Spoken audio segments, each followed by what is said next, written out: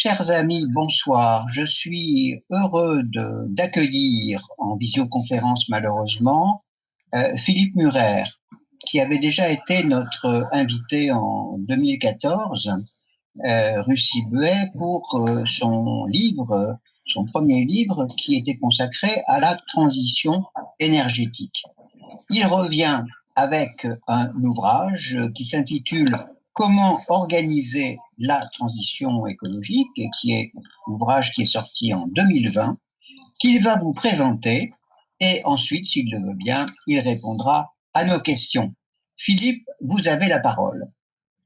Merci beaucoup, Bertrand. Alors, juste une petite correction, c'est comment réaliser la transition écologique. Oui, pardon.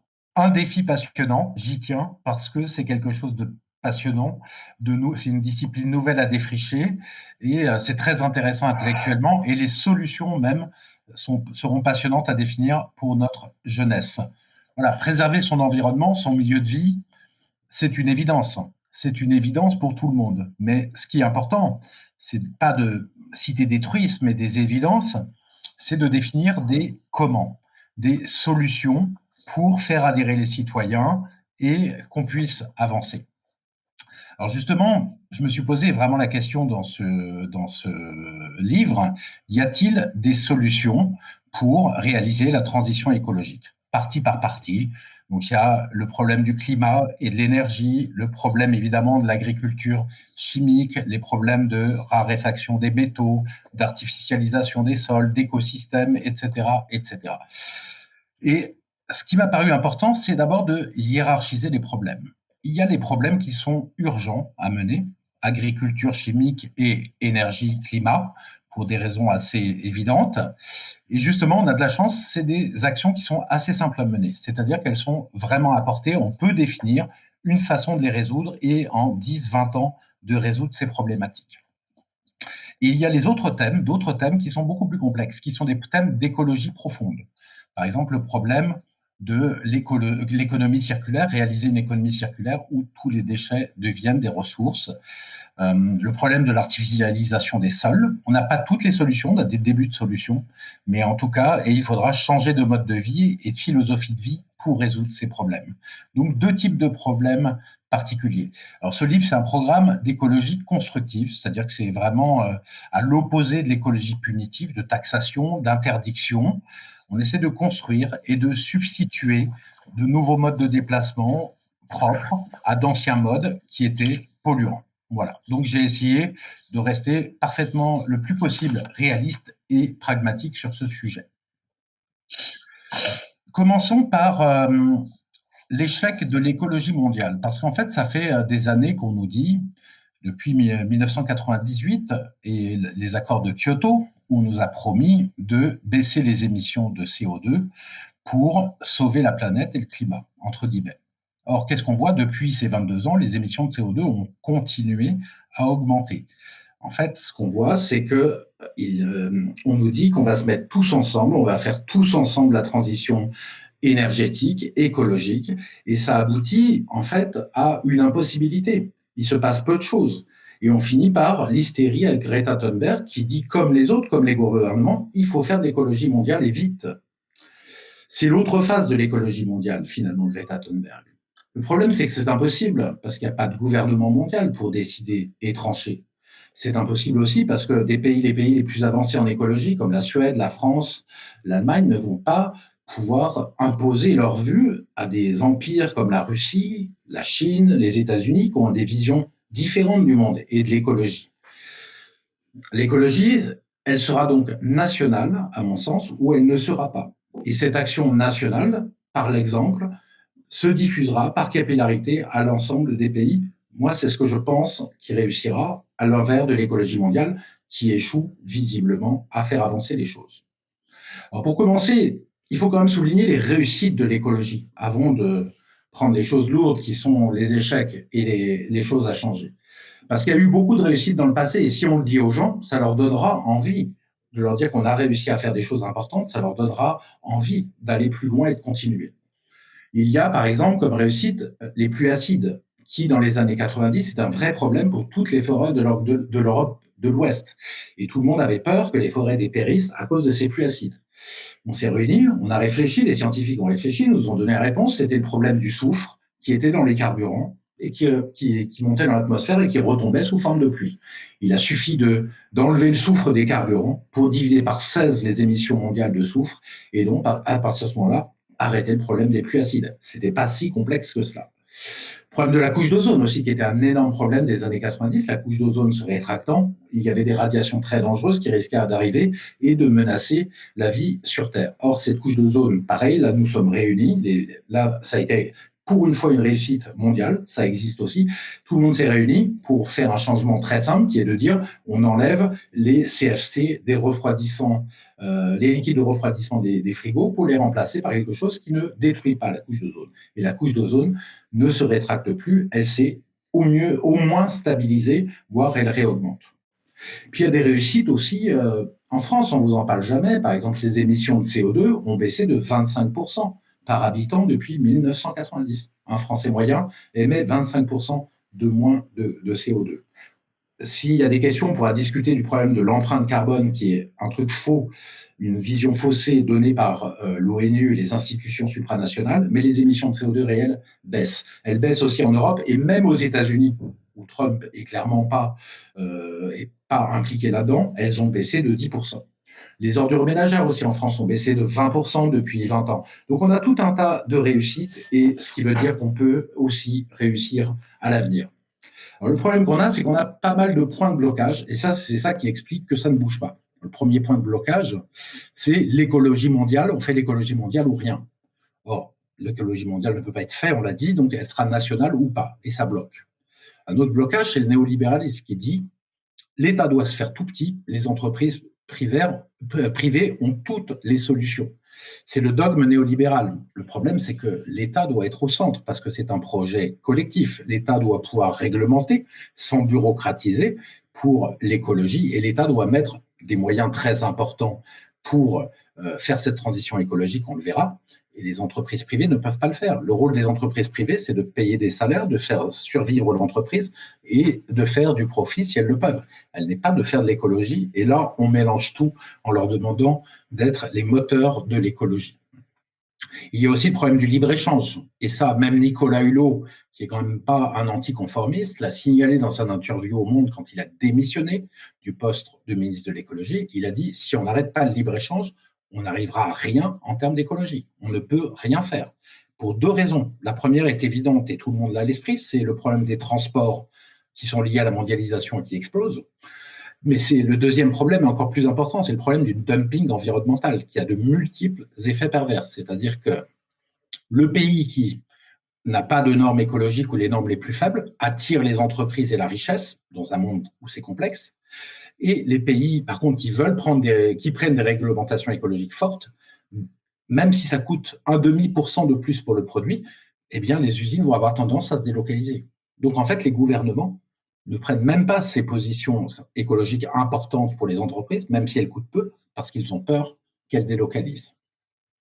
Il y a aussi le problème de l'État stratège, qui est impossible aujourd'hui, étant dans l'Union européenne notamment, et donc, alors qu'il faut un État stratège pour impulser un projet avec d'énormes moyens, faire travailler les entreprises dans la même direction pour l'écologie, coordonner les entreprises, faire en sorte que l'énergie ne se dissipe pas dans de multiples directions absurdes.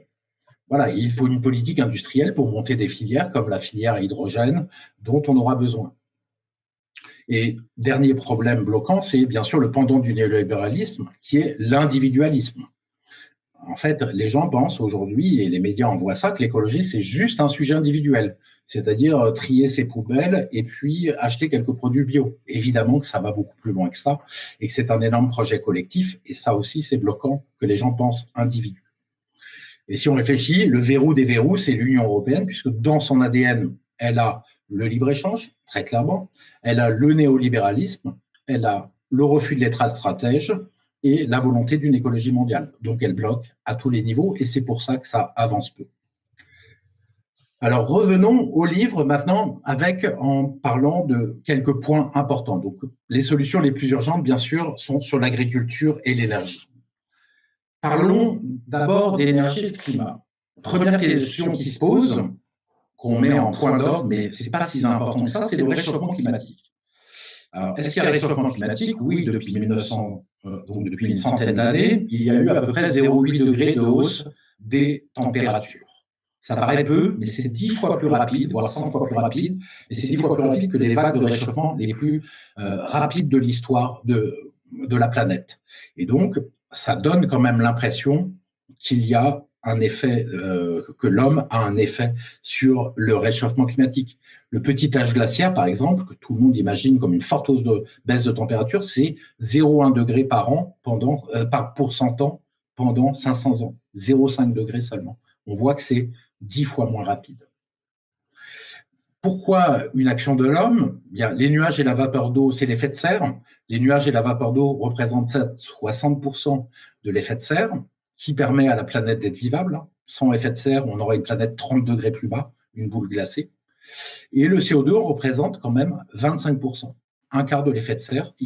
Donc ça représente, si on fait le prorata, 8 degrés de plus. Comme on a émis 50% de CO2 en plus, on a mis 50% de CO2 en plus dans l'atmosphère en 100-150 ans, on comprend pourquoi il y a un problème de réchauffement climatique. Moi, c'est ce que je pense. Je ne rejette pas, par contre, les gens qui ne pensent pas comme moi là-dessus. Il ne faut pas non plus aller, par contre, dans les angoisses cataclysmiques. On voit que, par exemple, les angoisses qui ont été propagées sur les hydrates de méthane, a priori, sont fausses. Les hydrates de méthane sont du métal gelé sous le sol, voire sous la mer. Eh bien, en fait, on s'est rendu compte, tout le monde croyait qu'avec le réchauffement, il fondait et on allait avoir beaucoup de méthane dans l'atmosphère et beaucoup d'effets de serre. On se rend compte qu'ils sont mangés par les bactéries avant d'avoir atteint la surface de l'eau, quand ils sont sous la mer, et pareil dans le sol. Le problème du permafrost se réglera peut-être aussi de la même manière. Il n'y a pas lieu d'agiter les angoisses et le côté cataclysmique. Donc moi, je pense qu'il y a un réchauffement climatique, c'est mon point de vue. Après, je n'ai pas les qualités scientifiques météorologiques pour l'affirmer.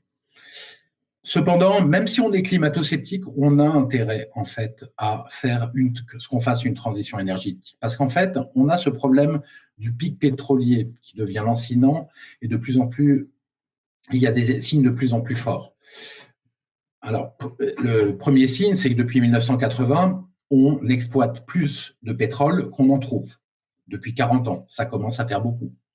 Deuxième signe que moi je vois important, c'est depuis 2005, la production de pétrole ne s'accroît plus. Il n'y a plus que les pétroles particuliers qui permettent d'augmenter la production et de combler le déficit, c'est-à-dire les pétroles de schiste bitumineux, notamment au Canada, les pétroles de schiste aux États-Unis et les pétroles de mer profonde, voire très profonde. Or, il y a un autre signe qui dit qu'il y a un problème, c'est qu'il y a de plus en plus de gens qui ont travaillé dans l'industrie pétrolière à très haut niveau, des anciens patrons de techniques, de boîtes d'exploration, de boîtes de production, qui ont fait notamment une tribune dans les échos belges, l'écho.be, en expliquant que le problème du pic pétrolier était devant nous et qu'il fallait absolument réagir. Or, le problème, c'est que s'il y a un pic pétrolier, à ce moment-là, ça veut dire qu'il y aura une baisse de la production de pétrole. Pas un effondrement, mais une baisse. Et il faut à ce moment-là que les gens consomment moins de pétrole. Il faut donc que les prix des produits pétroliers montent de façon énorme pour que les gens certains arrêtent de rouler en voiture ou réduisent leur trajet, se chauffent moins, ou que certaines entreprises ferment ou utilisent moins d'essence alors qu'elles en ont besoin. Donc on voit que moi je pense que ça fait au moins un doublement ou un triplement du prix du pétrole. Un pétrole, par exemple, alors là il est exceptionnellement bas à cause du Covid, mais un pétrole, grosso modo, à $300 le baril, ce qui créerait un choc économique énorme. Et un gouvernement français, n'importe quel gouvernement, doit agir avec prudence et ne doit pas laisser un tel événement perturber complètement la chaîne économique et créer un chaos économique et social dans l'avenir. Donc, même si on est climato-sceptique, le pétrole représentant 40% de l'énergie consommée dans le monde, c'est encore une part énorme, ça causerait un chaos économique et social. Il faut donc faire cette transition énergétique. Alors, quelle réponse a-t-on pour se passer des énergies fossiles, puisque c'est de cela dont on parle? Alors, regardons la France.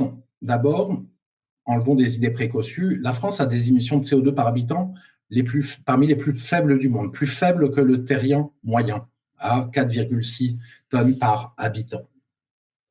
La consommation d'énergie en France, c'est, pour faire simple, en consommation d'énergie primaire, ce qui compte, la moitié en électricité, l'autre moitié, c'est du pétrole, notamment, et du gaz, pour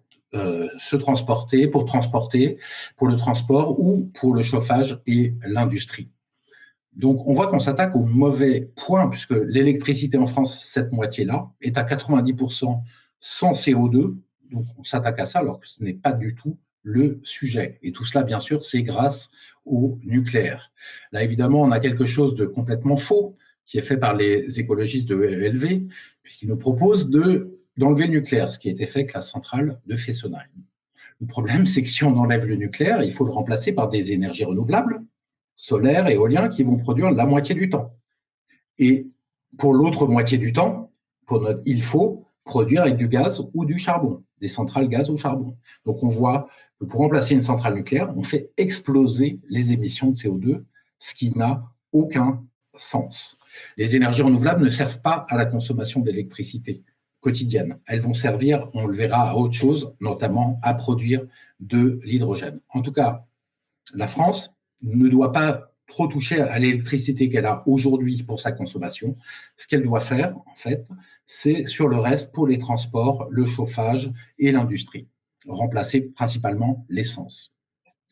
Cette essence, on l'a, c'est l'hydrogène qui est, pour moi, l'essence de demain, à mon avis.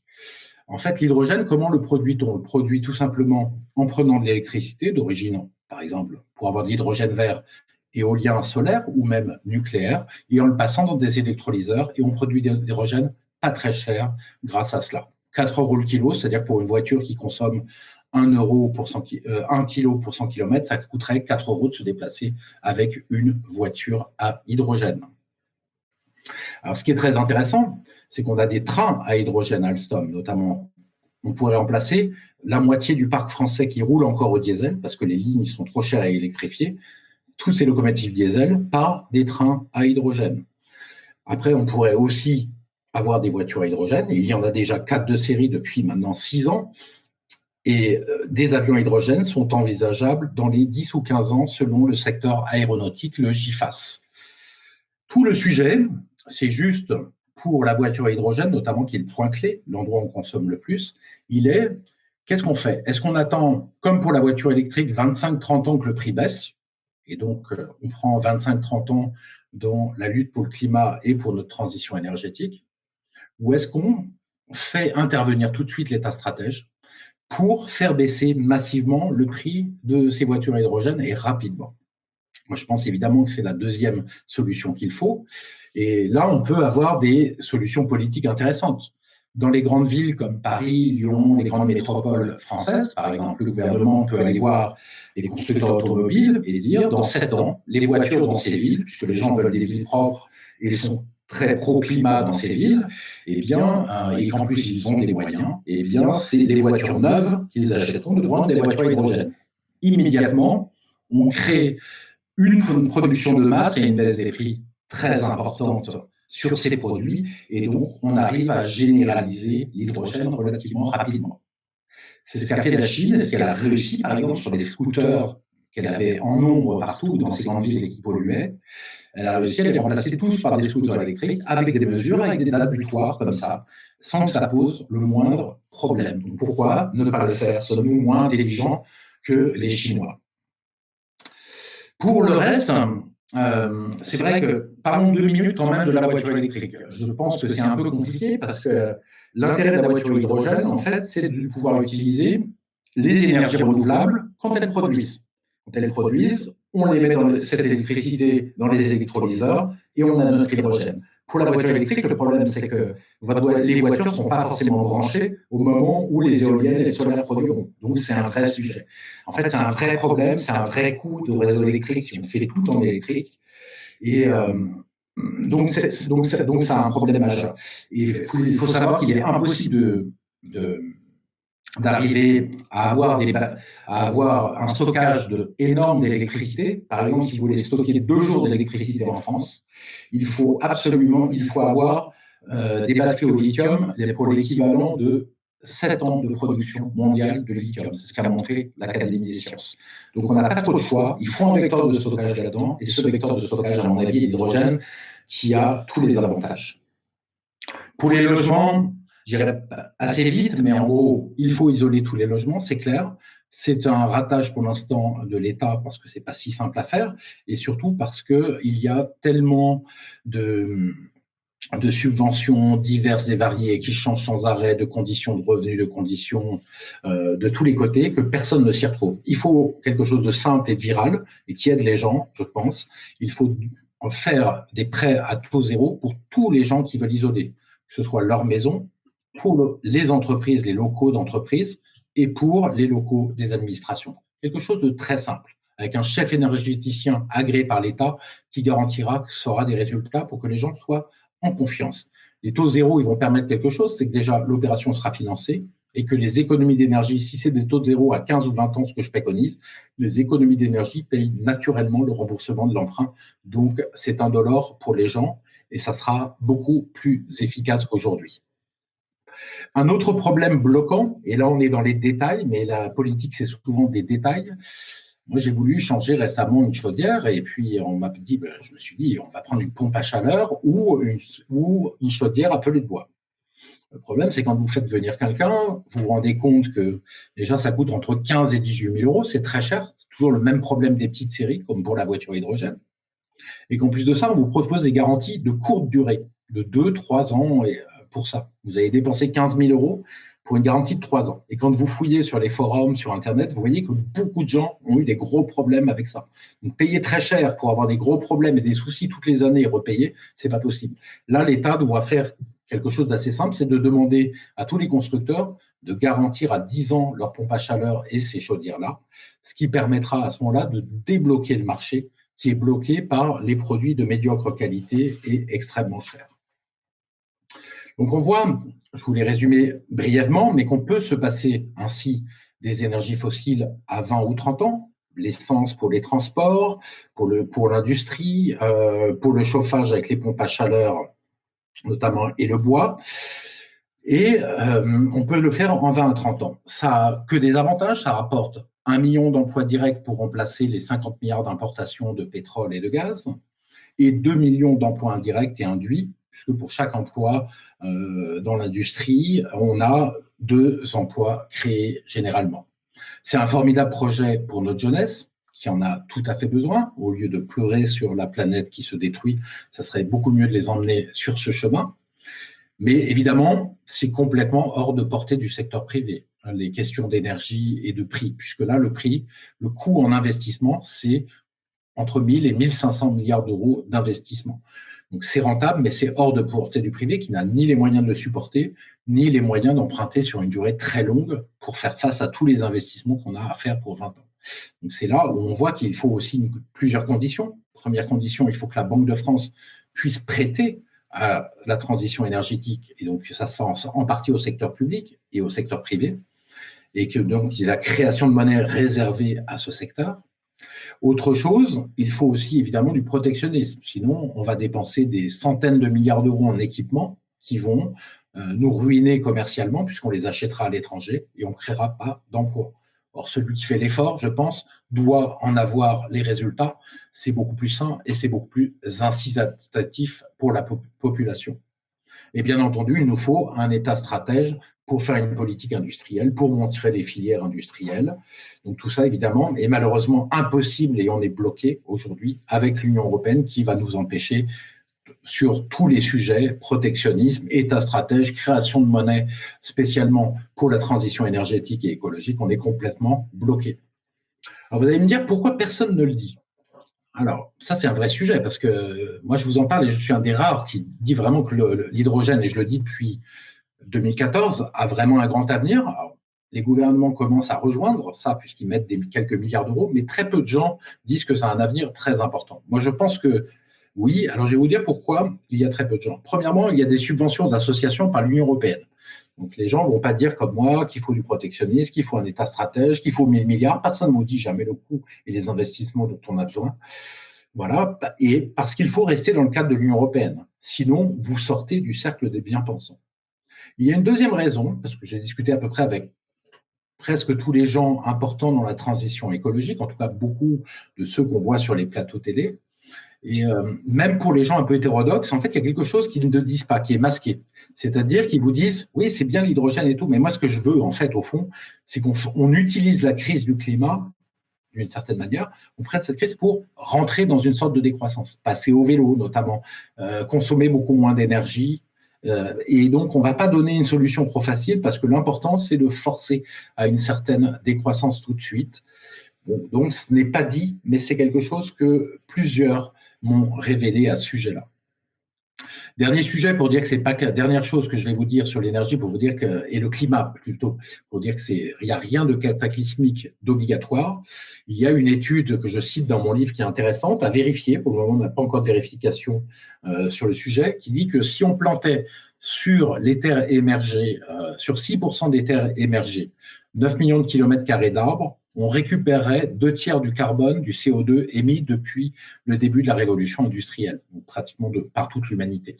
Et donc, on enlèverait les 2 tiers du problème du climat. À vérifier, ça me paraît un peu trop beau, mais c'est une étude sérieuse et qui, pour le moment, à ma connaissance, n'a pas eu de démenti. Mais ça montre que le cataclysme n'est pas obligatoire. Alors, ce sujet de l'énergie est fondamental, du climat, mais il y a un autre sujet, évidemment, qui est l'agriculture. C'est un sujet fondamental puisque on sait maintenant par les études qu'on a un appauvrissement très très fort de la faune en France, un problème de biodiversité, mais même on a, par une étude du CNRS, on sait qu'on a 1 tiers des oiseaux qui ont disparu en 25 ans. On a 80% des insectes qui ont disparu. Et ces études-là du CNRS sont vérifiées par toutes les autres études européennes dans les pays comparables qui sont faites. Donc on a un vrai appauvrissement, quelque chose de très embêtant. On a aussi évidemment la disparition des abeilles et la disparition d'une grande partie des vers de terre qui nourrissent le sol. Donc on a un vrai sujet. On a aussi le sujet des paysans qui sont ruinés et de la santé des Français qui est quand même abîmée par une agriculture chimique avec des pesticides. La volonté des citoyens, elle est claire, hein, d'arriver vers une agriculture bio. Même des gens gilets jaunes disaient, moi j'aimerais bien payer du bio à mes enfants, mais je ne peux pas. Et elle n'est pas prise en compte. On va voir pour quelles raisons. Les gouvernements font comme si, mais ils avancent très peu. Alors pourquoi est-ce qu'on a tout ce problème d'agriculture chimique? C'est qu'on a eu un processus d'industrialisation après la guerre qui a apporté une baisse des prix très forte et une abondance de la nourriture, qui est une très bonne chose. Il ne faut pas oublier qu'on avait faim après la Deuxième Guerre mondiale et encore pendant pas mal d'années. Mais le processus d'industrialisation qui a été mené est allé beaucoup trop loin dans l'agriculture. Il s'est emballé. Aujourd'hui, on le voit à vue d'œil, mais on le voit aussi dans les statistiques. On a des champs géants, vraiment un gigantisme de l'agriculture. On a eu une mécanisation très forte, comme conséquence, une disparition des haies, ce qui fait qu'on a eu une uniformisation des cultures. Alors, quand les cultures sont uniformes, on a une prolifération de ravageurs qui peuvent s'étendre sans aucun problème. On a beaucoup plus de produits chimiques avec ça. Et ce problème donc, de ravageurs, on le voit sur le problème des betteraves qu'on a eu en juillet, où en fait le gouvernement a remis des néonicotinoïdes. Pour quelle raison? C'est qu'en fait, dans le Nord, on a une concentration de plus en plus grande de champs de betteraves, des champs de betteraves qui sont eux-mêmes de plus en plus grands, les haies ont été arrachées, et donc il n'y a plus cette biodiversité qui régule les ravageurs. Il n'y a plus les oiseaux et tous les autres animaux dans les haies et dans les talus, dans les fossés, qui vont réguler les ravageurs et les manger, et en fait, qui vont empêcher cette prolifération. C'est pour ça que, en fait, ce gigantisme, cette uniformisation implique une agriculture avec beaucoup de pesticides. Bien entendu, c'est le tout marché, c'est aussi la mondialisation qui maintenant nous a mené une course au moins 10 ans et au moins cher, qui est incontrôlable et qui nécessite ces champs de plus en plus grands, sauf si on rompt avec ces mécanismes. En fait, il n'y a qu'une petite minorité pour le moment qui arrive à s'en sortir et à changer de modèle en faisant du bio, c'est quelques pourcents, pour survivre. Vu cette concurrence, en fait, interdire par exemple le glyphosate est impossible, quasiment impossible. C'est très souhaitable, tous les Français le veulent.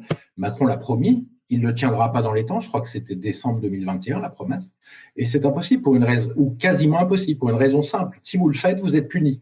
Vos producteurs vont produire un petit peu plus cher, Ce petit plus dans une mondialisation, dans une concurrence générale, va faire que vos producteurs vont vendre beaucoup moins de blé et vont être très affectés par cela. On ne peut pas produire plus cher, donc on ne peut pas se passer de pesticides et changer de modèle, ou très difficilement, ou à la marge avec le bio.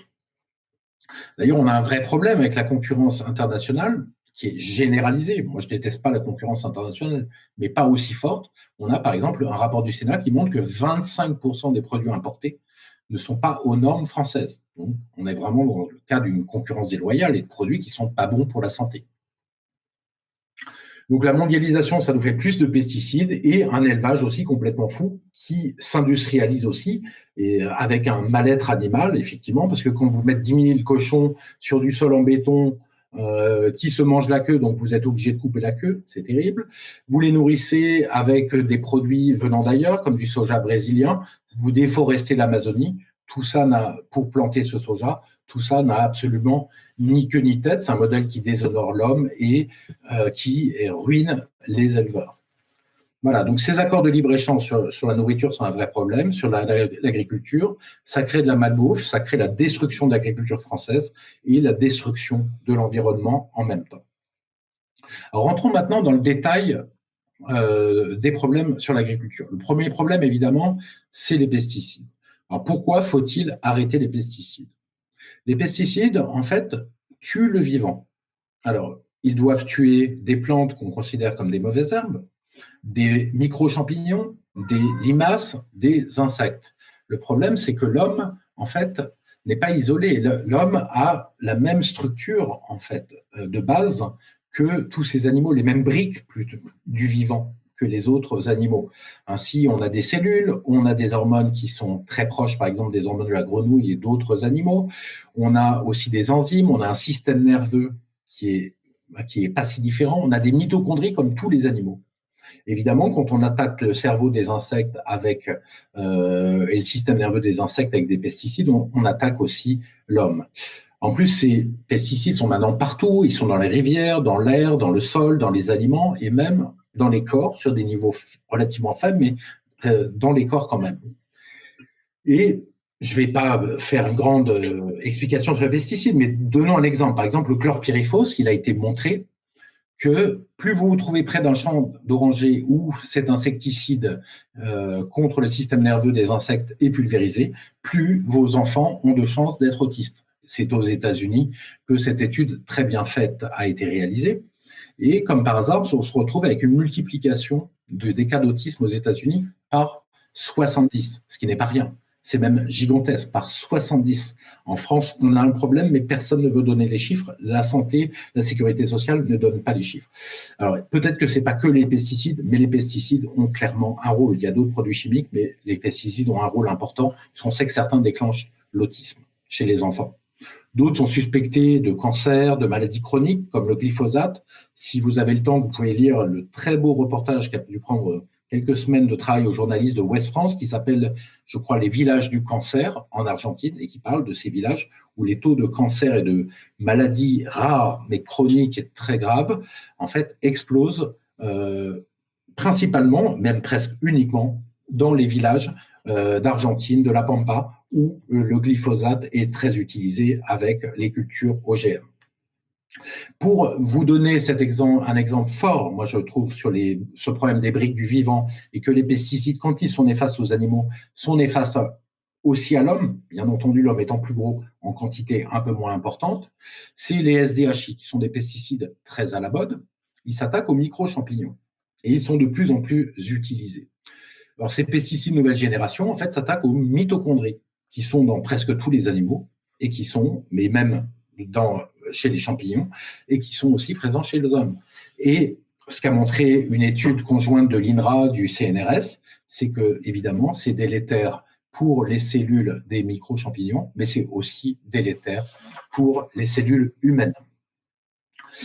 L'autre problème des pesticides, c'est le lobbying et les mensonges qui sont envoyés très, très graves par l'agrochimie, en fait, qui expliquent pourquoi les scientifiques ne parlent pas et ne peuvent pas parler. En fait. Je vais vous donner l'exemple de l'atrazine. Après, on arrêtera sur les exemples sur les pesticides. L'atrazine qui est produite par Syngenta, qui est interdit en France depuis 2003 et qui d'ailleurs empoisonne encore l'eau de certains villages et pas mal de villages de France, hein, en Eure-et-Loire et dans d'autres zones où on plantait des céréales, on utilisait cet herbicide. On ne peut pas boire l'eau potable depuis donc 17 ans de certains villages parce que c'est un pesticide rémanent à long terme.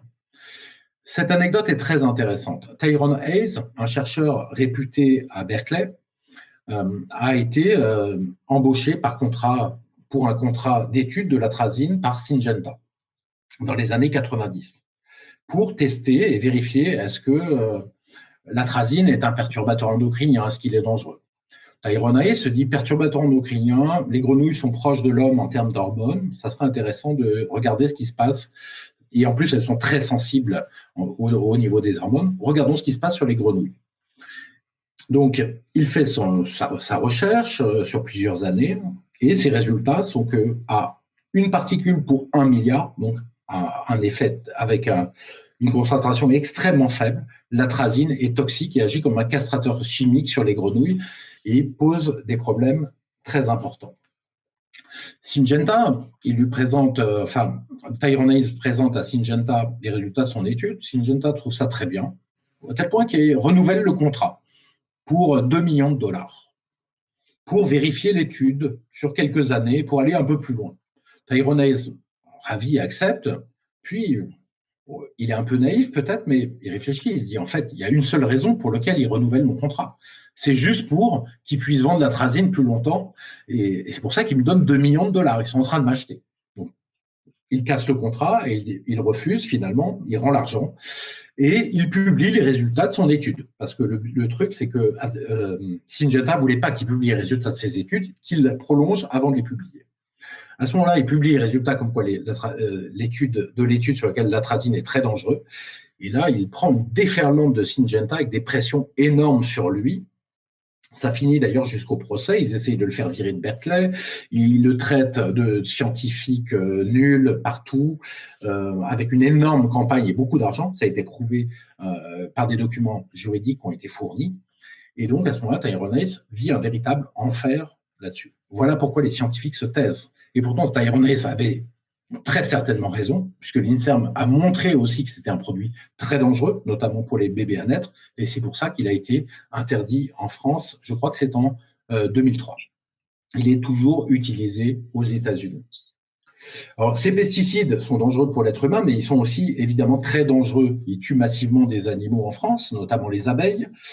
Et puis, il y a tout ce problème des insectes qui disparaissent, peut-être pas qu'à cause des pesticides, mais très certainement d'après les chercheurs du CNRS qui ont mené les études, c'est un suspect très important. Les vers de terre aussi, et donc on en a partout. Donc il faut absolument s'en débarrasser, puisqu'ils sont très dangereux pour la nature, mais aussi pour l'homme, avec des hausses de cancer inexpliquées, je disais les problèmes d'autisme, et même les problèmes pour les enfants quand ils sont dans le ventre de leur mère. Parce qu'il faut savoir que si vous voulez aller regarder le danger des pesticides, vous regardez la liste publiée par le gouvernement des pesticides perturbateurs endocriniens, dangereux à très très faible dose, de l'ordre de 1 sur 1 milliard de particules. Et bien là, vous vous rendez compte que vous avez 13 pages de documents. C'est-à-dire que vous avez 300 pesticides, une partie très importante des pesticides qui est susceptible, suspectée d'être des perturbateurs endocriniens, donc à très basse dose. Là, la dose ne fait pas le poison, une faible dose suffit pour empoisonner.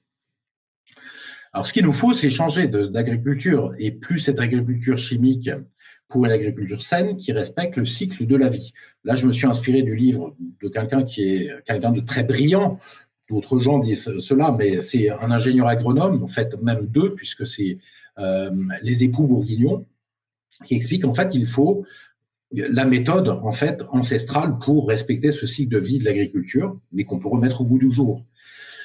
En fait, d'abord, il faut gérer la fertilité des sols, planter en fonction du milieu et du terroir. Il faut bien sûr aussi, pour éviter le problème des ravageurs et garder une biodiversité minimum, avoir des haies, des talus, des fossés, des bandes d'herbes. Voilà.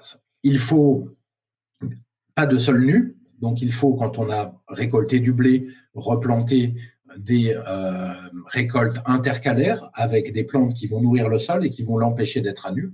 On n'aura pas besoin d'enlever les mauvaises herbes, elles se détruiront en fait, au passage du rouleau en hiver ou avec le gel. Et surtout, ça crée des débris végétaux qui vont permettre à la microfaune qui monte et qui descend dans le sol avec ces débris d'aérer le sol, de le nourrir et de le régénérer, ce qui fait qu'on n'a pas besoin ou très peu besoin d'engrais. Bien entendu, il faut une rotation adaptée des cultures, pas d'uniformité, une sélection des semences, reprendre aussi des semences différentes et pas que des semences ultra-industrielles. Inversement, bien entendu, les pesticides abîment le sol et la microfaune, les tracteurs, le labour retournent le sol et détruisent aussi la microfaune du sol. Alors c'est vrai que c'est une science plus complexe que propose Bourguignon que ce qui est fait aujourd'hui en agriculture, mais les agriculteurs s'y retrouvent puisqu'ils ont des produits sains, goûteux, légèrement plus chers, certes, mais qui sont bons pour la santé et qui n'abîment pas la nature. Après, la question, c'est comment faire en sorte que chacun se les paye. Pour les agriculteurs, ça a aussi des intérêts parce qu'en fait, ils ont des économies d'intrants, d'essence, de pesticides dont ils n'ont plus besoin, avec un rendement un peu moins fort. Mais Bourguignon explique très bien, en fait, quand il dit que, par exemple, les vaches Holstein, qui sont ces vaches qui n'ont pas l'air en très bonne santé, les blanches et noires qui sont très osseuses, qui produisent le plus de lait, effectivement, ont un meilleur rendement, mais elles demandent beaucoup de médicaments qui coûtent cher parce qu'elles sont très souvent malades, elles ont beaucoup de maladies, et en plus de cela, à la fin, elles ne produisent, on peut difficilement manger leur viande. Donc, il y a plus de coûts pour l'agriculteur et moins de revenus à la fin. Donc, en fait, l'agriculteur s'y retrouve avec ce nouveau type d'agriculture. Alors, quel plan réaliste peut-on avoir pour se passer de pesticides ? Sachant que c'est quelque chose de fondamental pour changer d'un système ruiné, des paysans précarité, une alimentation qui l'empoisonne et la nature qui s'abîme. La quantité est là, maintenant il faut passer à la qualité et au bio. Je pourrais expliquer pourquoi il faut passer au 100% bio. Alors les raisons d'espérer, elles sont nombreuses quand même, parce que le bio croît de 17 à 20% en France par an, donc on a quand même 7% des sols en bio. On a un bio qui sera cependant limité, sachons-le, par le problème de prix élevé. Il y a une petite partie de la population qui peut se payer une agriculture beaucoup plus chère, enfin un peu plus chère par le bio, mais tout le monde ne peut pas le faire, donc il y a cette limitation. Moi, ce que je propose, c'est un plan en 2 phases. Première phase, élargir le bio à 20-25% du marché. Il faut continuer à un rythme de 20% par an pendant 7 ans. Donc, c'est tout à fait faisable. C'est le rythme actuel. Pour cela, déjà, il faut qu'on ait plus d'agriculteurs. Donc, il faut payer les subventions rubis sur l'ongle pour les inciter à y aller. Alors qu'aujourd'hui, l'État paye à 1 an, voire 2 ans de retard aux agriculteurs bio, ce qui est totalement idiot. Aucun intérêt, à part les décourager. Il faut aussi baisser un peu le prix du bio en faisant un double affichage des prix des fruits et légumes, ce qui permettra de baisser le prix du bio par le fait que les gens verront les marges des distributeurs qui sont un peu trop élevées parfois, et aussi avoir des cantines 100% bio. Pour vous dire, comme le système vous ment, on nous promet des cantines bio depuis 15 ans, il y a 3% de bio dans les cantines aujourd'hui, ce qui est ridicule. Cantine 100% bio, on peut l'imposer en quelques années, ça coûte 700 millions d'euros par an, donc c'est tout à fait raisonnable par rapport à la taille du problème. La deuxième phase, et la plus importante, elle va être de généraliser le bio. Pour ça, évidemment, pour prendre une décision aussi structurante, je pense qu'il faut faire appel au peuple, au débat public, à la délibération, avec un référendum, pour dire, voilà, dans 5 ans, maintenant, tout doit devenir bio en France.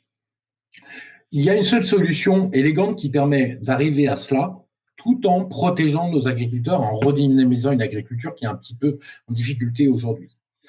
C'est le fait de subventionner, j'aime pas tellement subventionner autant, mais subventionner 30% du prix de vente pour égaliser le prix du bio avec le prix des produits classiques au départ de l'agriculteur. C'est à peu près l'écart de prix qu'on a entre le bio et l'agriculture classique sur la moyenne des produits, 30% de prix de revient d'écart.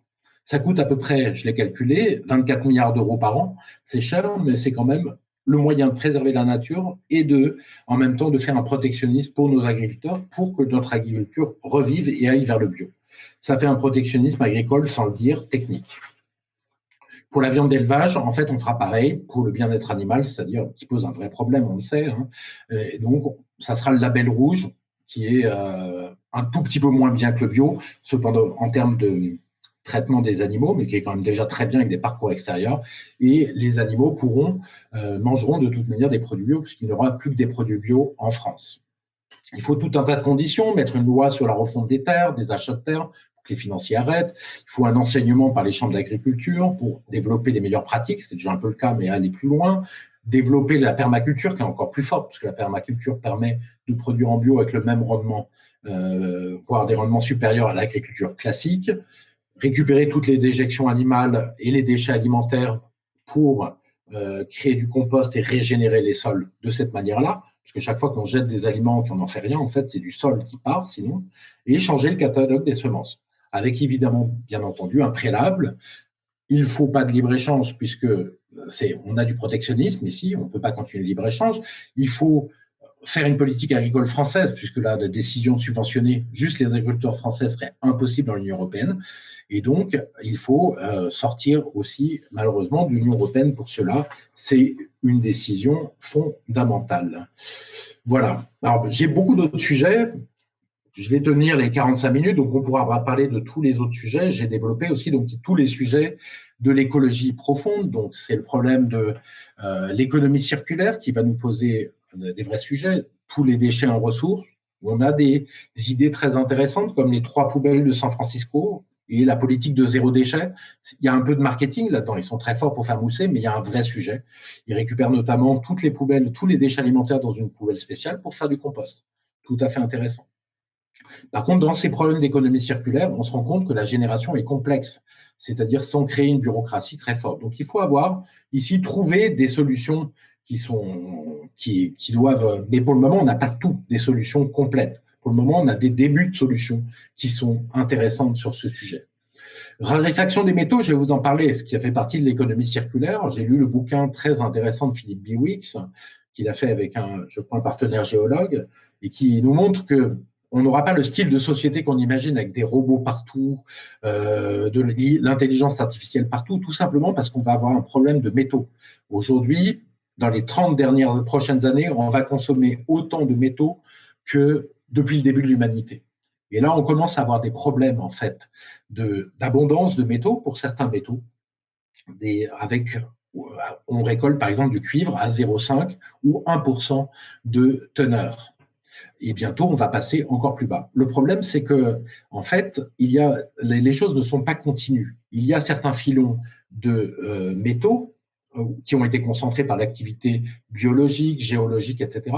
Et à côté de ça, la plupart des métaux sont dispersés de façon infinitésimale. Et donc, quand on a fini d'exploiter les gisements de cuivre classiques, on va se retrouver à un moment donné face à une chute de teneur d'un facteur 100 ou 1000. Il sera donc impossible d'avoir des métaux à bas prix et sans une quantité absolument colossale d'énergie, selon le livre de Biwix qui a l'air assez sûr là-dessus. Bien entendu, on a toute la pollution des sols, des airs, des eaux et du vivant, qui est une vraie problématique.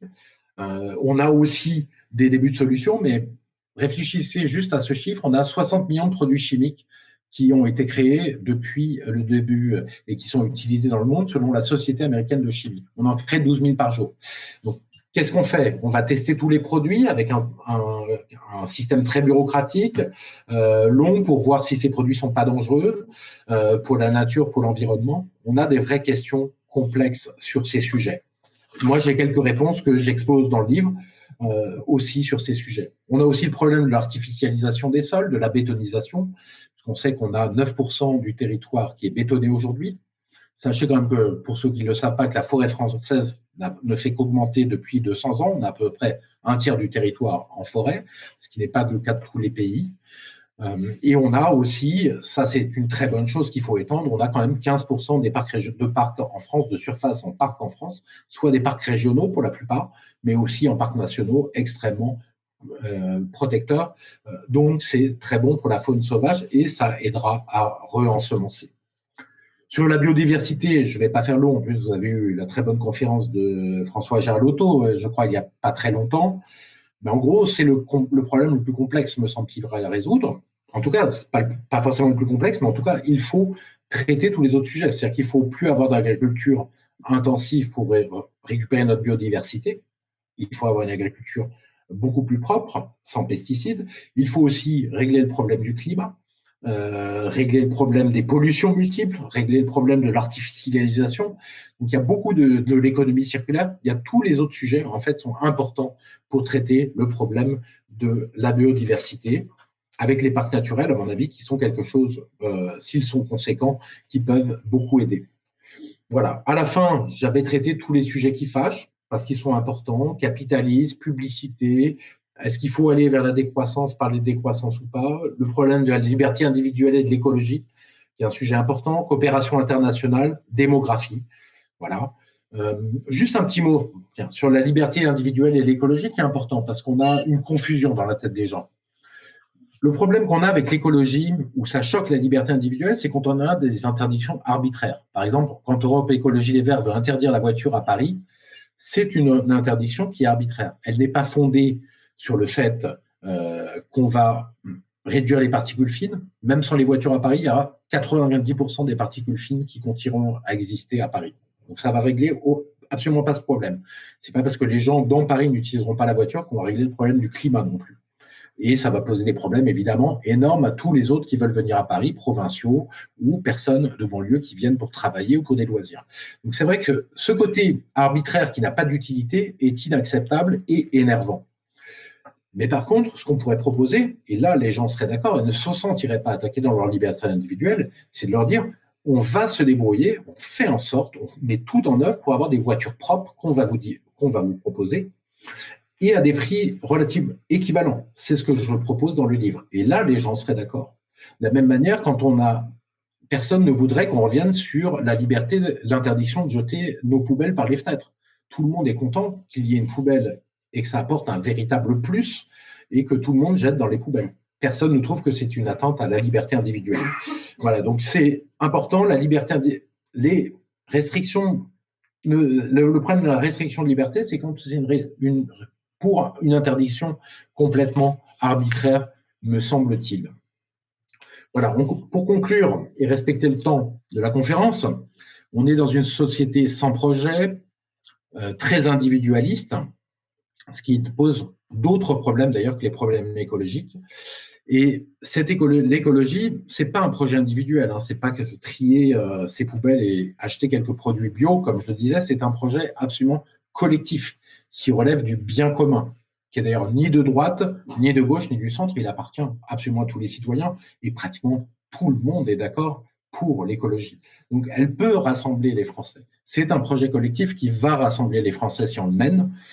Parce que, et d'ailleurs, comme le dit Saint-Exupéry, j'aime bien cette citation, demande aux hommes de construire une tour et ils deviendront des frères. La fraternité vient aussi quand on construit ensemble. Voilà. Il n'y a aucun espoir avec l'écologie individuelle si elle reste purement individuelle. C'est très bien de faire des efforts, mais aucun espoir si on la conçoit que comme un projet individuel. Le rôle de l'État devra être très important et le rôle des citoyens aussi sera très important parce que ces décisions très importantes se prennent par référendum. C'est comme ça qu'on avance loin et qu'il n'y a pas d'obstacle et que les gens ne rechignent pas. Quand tout le monde a dit oui ou non par référendum, les choses sont claires. Voilà. Dernière chose, bien hiérarchiser les problèmes pour ne pas paniquer. Problème d'écologie profonde, on a un peu de temps à mener. Problème d'écologie urgente, comme l'agriculture et l'énergie, où là, il est urgent d'agir, mais nous avons tous les moyens de le faire. Alors, j'espère que nous le ferons très rapidement. Voilà, je vous remercie. Merci Philippe Murer, merci beaucoup. Donc la discussion est ouverte. Qui demande la parole? Oui, je ne vois pas le nom. Guillaume. Guillaume. Oui, pardon Guillaume. Eh bien, je t'en prie. Vas-y. Oui, Guillaume. Il faut mettre la caméra et le son. Comme Guillaume est le plus technicien de tous. Ça y est. Ah, ok, bon, d'accord. Bon, petit problème de casque. Désolé. Alors, je disais, merci pour cette excellente conférence, très claire, rien à dire. J'aurais une remarque. Vous citez Biwix à un moment, enfin plusieurs fois même. Et excellent, je suis d'accord avec vous. Enfin, j'ai lu son dernier livre, est très bon. Je suis assez d'accord avec vous. Sauf qu'il parle d'effet rebond, notamment sur l'hydrogène. À un moment, Il en a parlé dernièrement, il a été invité avec Benoît Billan, sur Thinkerview entre autres, mais pas que, où il explique que il y a un effet rebond. C'est le problème d'ailleurs de toute évolution depuis que l'humanité existe, enfin, ou même depuis au moins la période industrielle. C'est-à-dire qu'à chaque fois qu'on fait une amélioration quelque part, cette amélioration est contrebalancée par des loisirs ou une nouvelle utilisation de l'énergie économisée d'autre part. C'est le cas par exemple des véhicules qu'on a fait de moins en moins énergivores et de plus en plus optimisés, mais à côté de ça on a fait des véhicules de plus en plus gros. C'est le problème de la voiture trop lourde dont parle Billan et que Biwix applaudit. Donc, est-ce que le problème serait pas avant effectivement de passer, je suis d'accord avec vous, le dihydrogène peut être une très bonne solution si on oublie, enfin si on bosse surtout sur sa partie stockage qui est encore un problème un peu particulier parce que c'est quand même la molécule la plus petite au monde.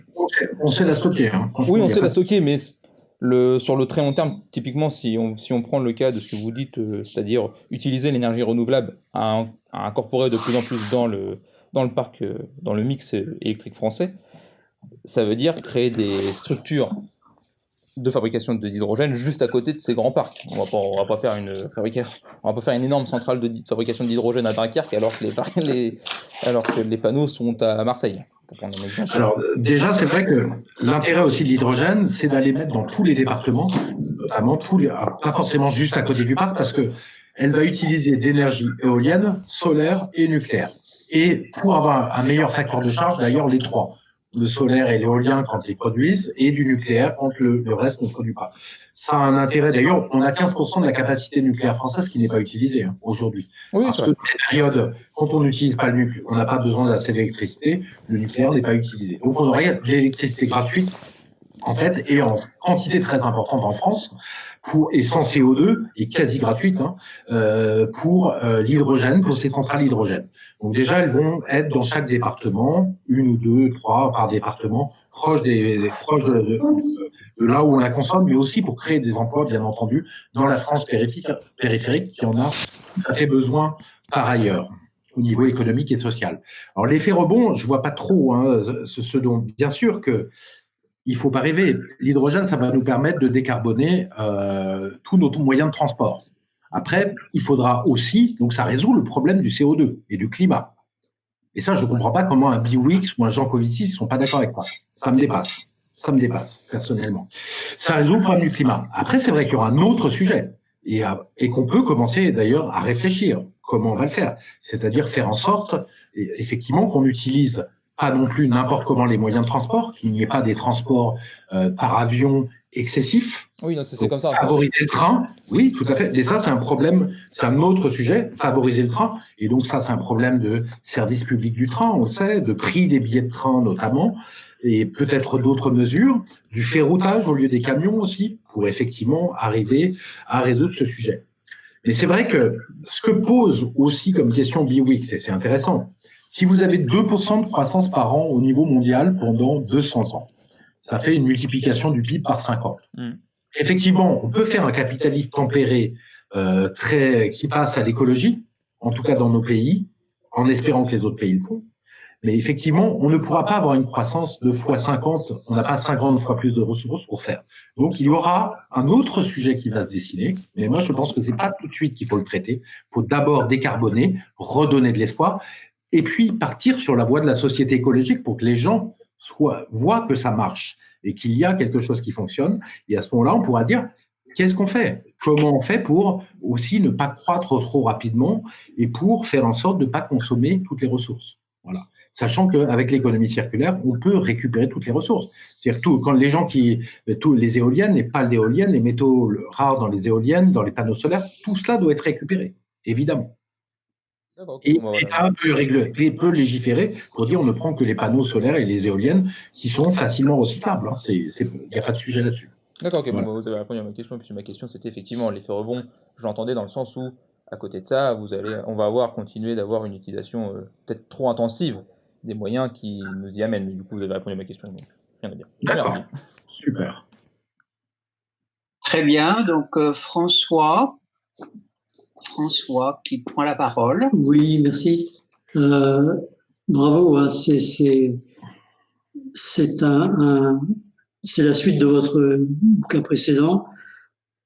J'allais dire c'est un catalogue, mais c'est pas péjoratif. C'est effectivement la démonstration que c'est pas un monstre l'écologie et qu'on peut, en se prenant par la main et en faisant des choses simples, pour commencer, arriver à quelque chose. Donc, disons que 90% de votre livre, je suis totalement d'accord. Il y a 8% qui me posent des problèmes, en particulier, par exemple, quand vous des points sur l'urbanisation, sur la démographie, des choses comme ça, qui mériteraient qu'on en discute si on a le temps, enfin on verra. Mais j'ai une question là qui vraiment, c'est les 2% restants. D'accord. C'est, vous le dites dès le départ, hein, dans votre introduction, la page 11. Ça ne veut pas dire que j'ai lu que jusque-là. Hein. Non, mais pas de souci. Mais vous dites, bon, il faut agir, vous nous l'avez dit, il faut agir, il faut commencer, il ne faut pas faire du Greta, machin, etc. Bon, tout à fait d'accord. Mais vous nous dites, ce n'est pas toujours le verbe qui précède l'action, c'est parfois l'action qui engendre le verbe. Et alors là, c'est dans l'introduction même, hein, c'est dans la deuxième. Oui, c'est la dernière ligne de votre introduction. Et là, j'avoue que j'ai un peu du mal, parce que autant je comprends, enfin c'est comment on va dire, c'est l'œuf ou la poule. On commence par quoi? Bon, vous proposez de commencer par la pratique, mais si on ne sait pas pourquoi, on peut faire des bêtises. Par exemple, je vais vous donner un petit exemple puisqu'on parlait d'hydrogène. Si on fait de l'hydrogène parce que c'est un carburant du futur, et je suis assez d'accord avec vous, c'est bien. Mais si, pour faire ça, on le fait à partir du méthane, ce qui est moins cher que de faire à partir de l'eau, ben, c'est pas bien parce qu'on recommence les mêmes problèmes qu'avant. Et ça, c'est parce qu'on ne s'est pas posé la question avant. Alors moi, je m'en suis posé la question. D'ailleurs, je vais vous dire, c'est ridicule. En fait, c'est vraiment la logique du marché qui fait que les gens peuvent imaginer qu'on va le faire par le méthane. Ça n'a absolument aucun sens. En fait, l'hydrogène par le méthane, il doit être à 2 € le kilo. Et l'hydrogène par l'électricité verte, nucléaire, solaire, etc., il est à 4 € le kilo. Mais ça pose pas de problème. Alors, si vous êtes dans le marché pur et que vous dites l'État n'a pas à dire on interdit ce mode de production, effectivement, vous êtes foutu, vous passez par l'hydrogène vert. Donc moi, je suis parfaitement d'accord là-dessus. On ne passe que par de l'hydrogène, et c'est ce qu'on dit, de l'hydrogène qui est décarboné. Il n'y a que ce mode de production qui est permis. Et d'ailleurs, on se fera même la main sur Air Liquide en lui demandant, par exemple, de produire tout son hydrogène qu'il produit actuellement à partir de méthane, de lui dire, eh bien, vous allez commencer les nouvelles technologies d'hydrogène vert, on va vous payer une petite subvention pour que vous puissiez produire de l'hydrogène vert à la place de l'hydrogène méthane que vous produisez habituellement pour les techniques industrielles. Quand je veux dire, alors revenons sur le cœur du sujet, on s'est mal compris, quand je dis que l'action doit précéder le verbe, je vais un peu vite, ce que je veux dire, c'est qu'en fait, on n'a pas toutes les solutions, mais on en a une partie, donc on va faire de l'action, et ensuite, cette action va nous mettre dans un bain écologique, va mettre la société dans un tempérament écologique, dans une réflexion sur l'écologie qui va nous permettre de retrouver du nouveau verbe et de nouvelles idées pour avancer. Vous voyez ? Parce que, par exemple, les problèmes de changement de mode de vie et de philosophie de vie, je ne vois pas comment on va les décider comme ça dans notre société très particulière aujourd'hui, on n'a pas encore avancé, comment les gens vont pouvoir dire « Ah ben, on plonge dans l'écologie et on change complètement notre style et notre philosophie de vie d'un coup comme ça ». Alors que si on leur montre qu'on réussit déjà, on a fait du verbe, on a réfléchi, on fait de l'action, on leur montre que ça marche, je pense qu'ils pourront aller plus loin si on leur montre Enfin, on ne leur montre pas, on se montre tous ensemble, nous nous montrons tous ensemble que nous arrivons à faire une société plus écologique. C'est ça que je voulais dire. Hein. Oui, je comprends, mais je pense qu'il y a un danger là, qui est de voir s'engouffrer tous ces acteurs dont vous montrez bien qu'ils sont anti-écologiques, hein, le libre-échange, enfin, tous ces trucs-là, s'engouffrer dans cette voie, comme ils le font à l'heure actuelle, parce que vous achetez dans n'importe quel magasin, maintenant il n'y a plus que du bio, qui est aussi bio que ma grand-mère. Enfin, c'est simplement, ça respecte la liste des produits interdits, et puis c'est tout. Mais c'est dans l'air du temps. L'hydrogène dont je vous parlais tout à l'heure, c'est la même chose, mais il y a d'autres. La plupart des domaines sont des domaines dans lesquels, si on n'a pas une écologie politique, si on ne veut faire qu'une politique écologique, on peut se retrouver à faire le contraire de ce qu'on voulait. Alors, en plus, en fait, je comprends en plus, parce que vous parlez des écosystèmes, qui est le problème le plus complexe, et j'ai bien compris dans votre livre que vous dites que c'est très complexe pour trouver des solutions pour sauver effectivement et préserver au maximum les écosystèmes. Moi, ce que je pense, c'est qu'en allant vers une agriculture vraiment sans pesticides, sans engrais minéraux, on va améliorer les choses. En faisant des champs plus petits, on va améliorer les choses. En arrêtant la hausse du CO2, et même on peut arriver à zéro émission de CO2, ou pratiquement zéro, très proche de zéro en France. On améliore les choses et toutes ces améliorations vont finir par avoir un impact. Mais lequel exactement sur les écosystèmes ? Moi, je ne le sais pas. Est-ce que ça sera un impact génial ou est-ce qu'il y a aussi des problèmes de pollution chimique qui arrivent par ailleurs à côté? On peut résoudre le problème du plastique. Ce n'est pas très complexe. Déjà, si on les incinérait, au lieu de les jeter et faire des microplastiques. Mais est-ce qu'il y a des problèmes de pollution multiples qui affectent aussi l'écosystème de façon très importante ou de façon moyennement importante? Je ne sais pas. Et c'est vrai que là, dans votre sujet d'écosystème, on a vraiment des vraies problématiques pour savoir ce qu'il faut faire. En tout cas, il faut faire beaucoup, beaucoup de choses. Est-ce que vous me donnez Bien sûr. le droit de vous poser des petites questions? Simplement, je vous parlais tout à l'heure de la... Oui, François, continue, pardon, je t'en prie. Quoi? On a des problèmes de son. Non, oui. En fait, Bertrand Renouvin vous disait de continuer, François. Ah bon, d'accord. Merci. Juste pour ma satisfaction personnelle, vous dites à un moment que, vous nous l'avez dit d'ailleurs, qu'on bétonne, je ne sais plus combien, l'équivalent d'un département tous les 10 ans, 15 ans. Ouais, c'est à peu près ça. Et vous nous dites en gros que l'urbanisation est une erreur. Moi, alors là, j'ai une vision un peu différente parce que l'urbanisation, c'est aussi des économies d'échelle. C'est des économies d'énergie. C'est la libération du territoire pour des choses différentes. Enfin, il y a une vision. Évidemment, si l'urbanisation, c'est façon Los Angeles, avec une occupation du terrain à ras du sol partout, c'est une chose. Mais si de toute façon on y va et on n'a pas tellement le choix, c'est une urbanisation de mégapôles, mais bien organisée, comme vous dites aussi dans votre livre, verte, c'est-à-dire qu'il soit le plus capable de fournir un peu de nature aux citadins. Je pense que c'est ça la solution. Alors, le sujet, en fait, moi, je ne dis pas que je suis contre l'urbanisation. Ce que je dis, c'est que je suis contre l'urbanisation nouvelle, c'est-à-dire de voir des hangars industriels réellement, ce qu'on appelle la France moche. Ce Ruffin le dit comme ça, et c'est un des premiers à l'avoir dénoncé vraiment, orateur politique, dans son film sur les Gilets jaunes. Il dit, c'est une France moche, et puis en plus, c'est une France qui artificialise les terrains, et pour rien. Parce que là, il y a un problème de développement. Non seulement il y a les hypermarchés, mais maintenant, on voit des salles de sport, des restaurants, dans des surfaces gigantesques, parce que ça ne coûte rien, et puis même des notaires. Moi, j'ai vu un notaire en Bretagne qui était installé là, alors que le village à côté avait des fonds de commerce. Donc ça pose un vrai sujet. Et ça, c'est une urbanisation. Et c'est de dire, est-ce que ces gens ont le droit de nous imposer les hangars, et on leur laisse leur droit, nous imposer les hangars sans rien faire. Alors d'ailleurs, un des sujets, une des solutions, je crois que ça serait de taxer plutôt les entreprises sur le nombre de mètres carrés qu'elles possèdent, parce qu'elles ne payent rien en impôts, ces entreprises, de mettre une taxe plus importante sur l'immobilier des entreprises, bien entendu de façon complètement équilibrée, en réduisant les autres impôts que payent les entreprises, de façon à ce que ce soit neutre, mais de façon à ce qu'elles arrêtent d'utiliser autant de sol. Après, moi, je ne suis pas contre les métropoles. À mon avis, des métropoles comme Paris ont un peu trop grandi. Je pense que c'est mon sentiment personnel. Je vous laisse juge aussi de ce que vous ressentez. Il faut faire 40 km pour sortir de Paris et retrouver de la nature, c'est quand même complexe.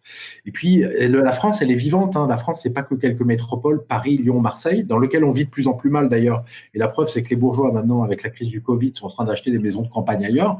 C'est aussi de développer aussi tout le territoire français. Pas l'urbaniser partout, mais revitaliser les petites villes, en fait, et les villes moyennes de France. Il faut quand même voir qu'on a un véritable gâchis. Il y a énormément d'habitations maintenant qui sont inoccupées ou qui sont plus que des résidences secondaires à la campagne, qui ont été achetées pour une bouchée de pain ou qui tombent en ruine parce qu'on n'utilise pas tout ce territoire pour aménager la France, quoi, dans un sens positif.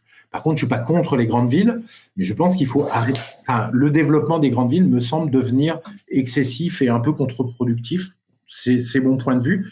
Mais en tout cas, je ne suis pas contre l'urbanisation. Mais surtout pas au ras du sol, effectivement, les hangars et les zones industrielles, c'est une catastrophe. Bon, je n'ai pas d'autres questions, mais je suppose que je peux passer la main à quelqu'un d'autre. Alors, j'entends de plus en plus mal. François Peu. Patrice. Change. La liaison est mauvaise. Je vais prendre le relais de Bertrand.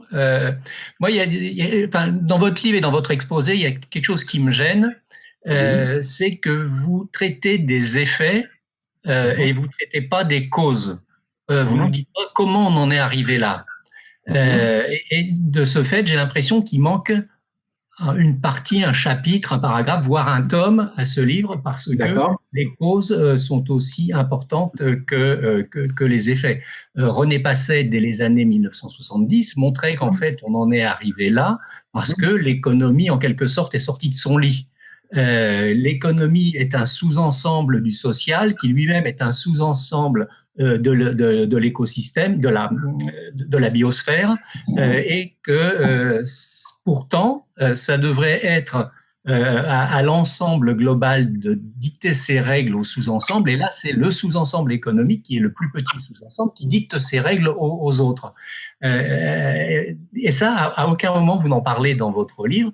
Et justement, ne faut-il pas d'abord réenchasser l'économie, la réencastrer, la remettre dans son lit avant d'aborder des questions techniques?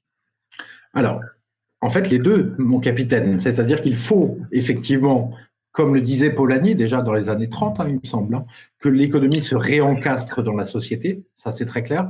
D'ailleurs, c'est le sujet du prochain bouquin que je fais qui s'appelle « Vers le capitalisme du désastre », parce que cette économie qui se désencastre de la société, qui domine la société, est une catastrophe. Je suis d'accord avec vous. En revanche, même si l'économie était restée, même, moi je suis gaulliste, j'admire De Gaulle, mais même De Gaulle a fait des erreurs sur l'écologie parce que tout simplement, il ne la prenait pas en compte. De Gaulle a fait agrandir les champs de l'agriculture industrielle, les hypermarchés, etc., tout ce système. Il est allé à fond dedans et il ne voyait pas les sujets, ce qui est logique. Il y a 40 ans, c'était très compliqué de voir les sujets. Donc oui, il faut réencastrer l'économie. Oui, je l'explique d'ailleurs en parlant de capitalisme tempéré, c'est-à-dire non financiarisé, où on a la main sur la finance pour que la finance arrête d'abreuver la spéculation et aille plus vers l'économie réelle et l'écologie. Oui, il faut moins de libre-échange qui permettra de réencastrer l'économie. Et oui, il faut plus de politique. Et oui, il faut sortir de l'Union européenne pour que le politique retrouve la main sur l'économie. Donc, vous avez peut-être raison, effectivement, j'aurais pu faire un chapitre là-dessus, sur ce sujet, mais sachez que je partage parfaitement votre point de vue dessus.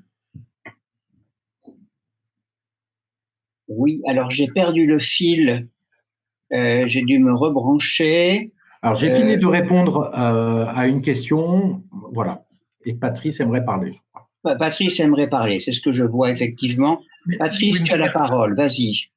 Merci pour votre réponse qui me convient. Deux petites choses.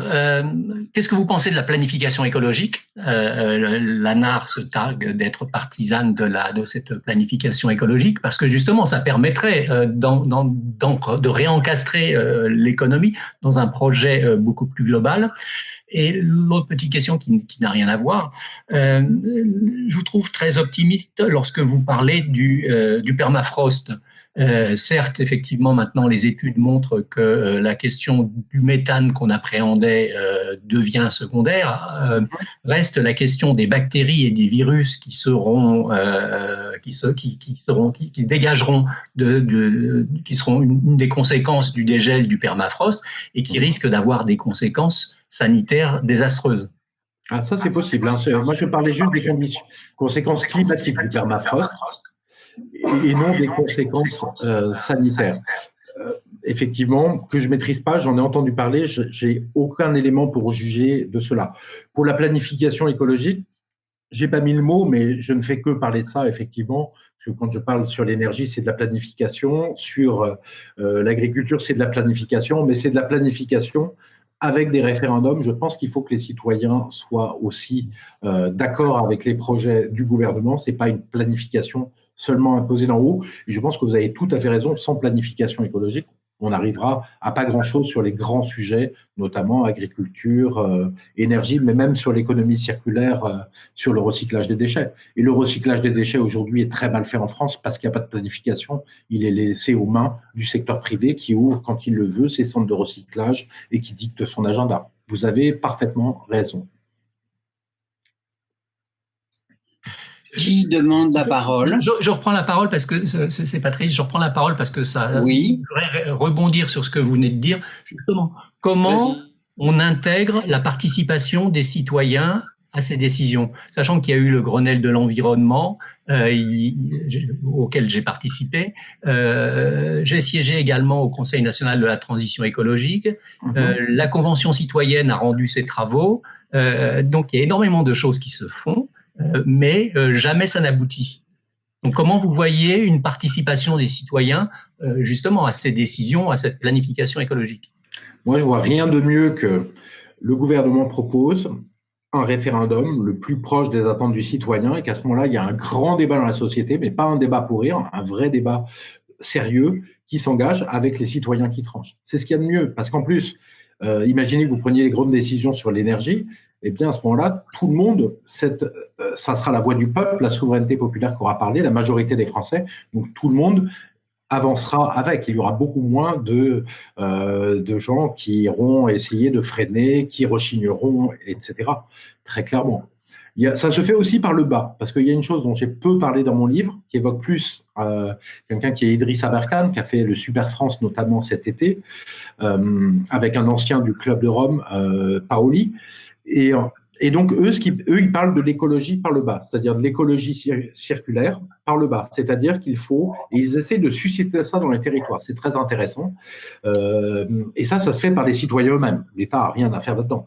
C'est-à-dire qu'ils vont brancher, par exemple, une usine sur une autre. Ils vont essayer de brancher une activité sur une autre.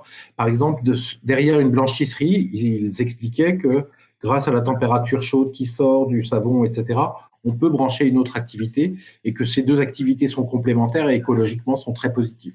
Donc ça, c'est de l'écologie par le bas, de l'écologie citoyenne très importante qui va se faire sur le terrain pour brancher les activités les unes dans les autres et l'État est incapable de le faire dans ce détail-là, ça serait complètement contre-productif. Mais vraiment, les référendums, pour moi, c'est fondamental sur les sujets, beaucoup plus que les conventions citoyennes dont on voit bien, ou les Grenelles de l'environnement, on voit bien que l'État en fait ce qu'il veut derrière, et c'est pas effectivement très sérieux. Après, l'État doit consulter, le gouvernement doit consulter le maximum de gens, mais pas besoin de faire des grands shows, faire des choses sérieuses pour derrière planifier, faire une vraie planification écologique.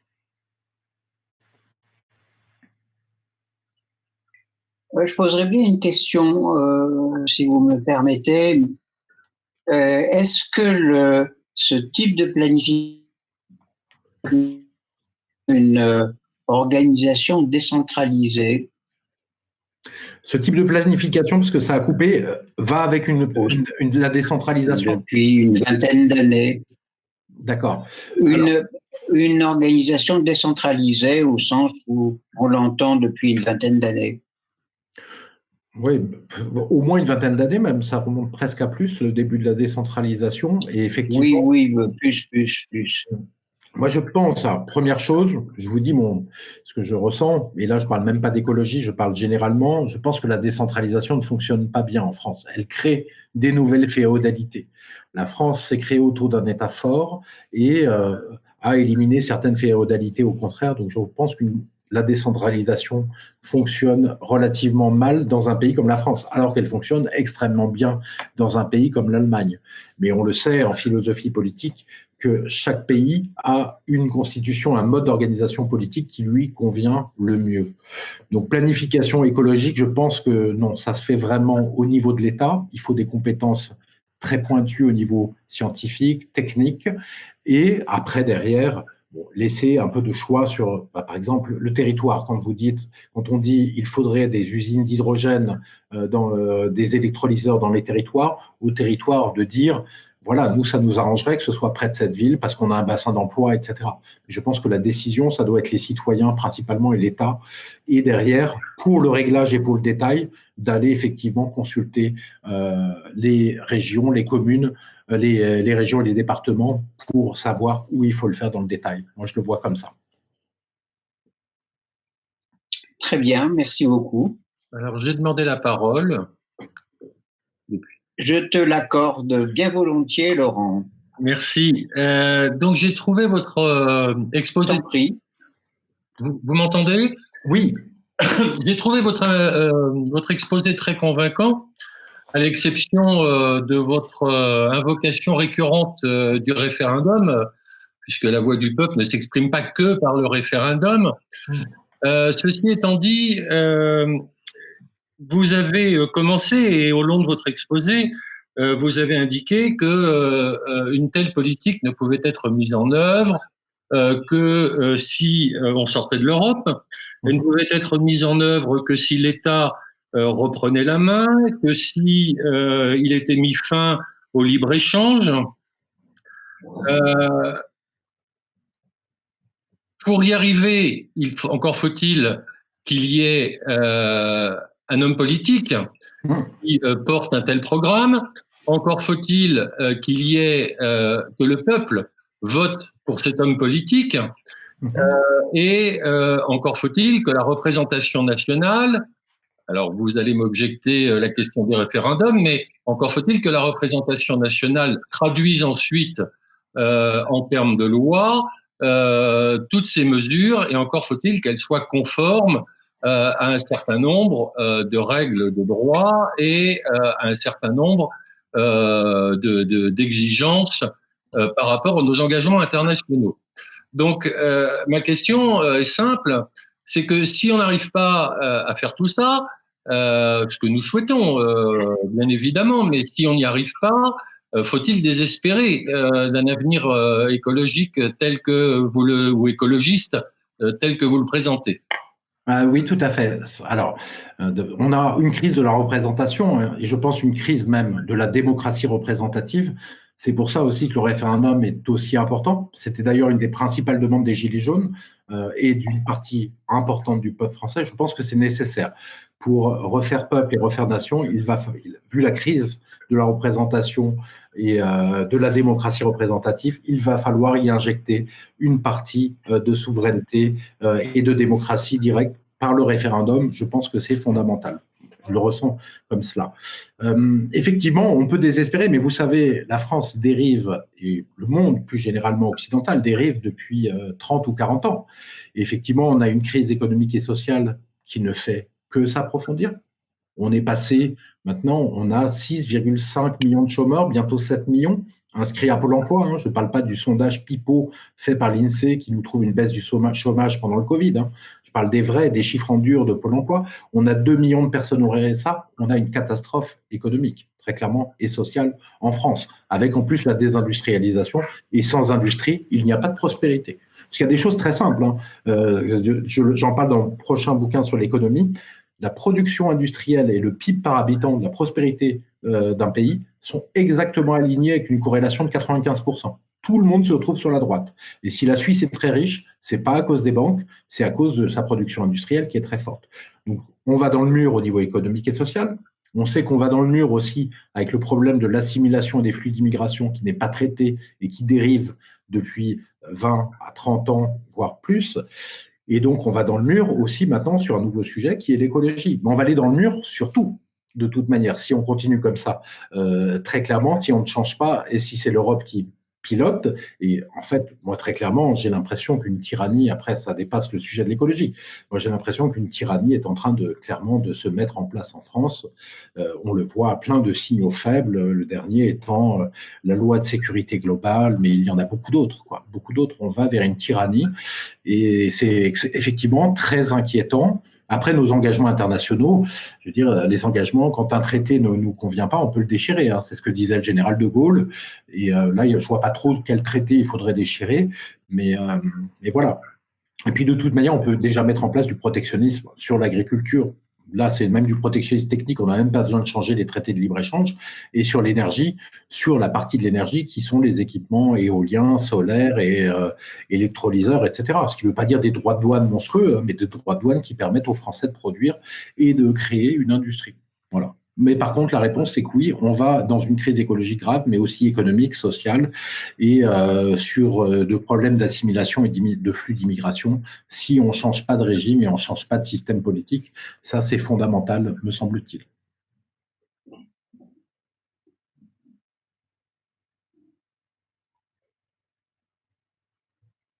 François a demandé la parole. Vas-y, François. Que Bertrand, a priori, il a des problèmes de connexion.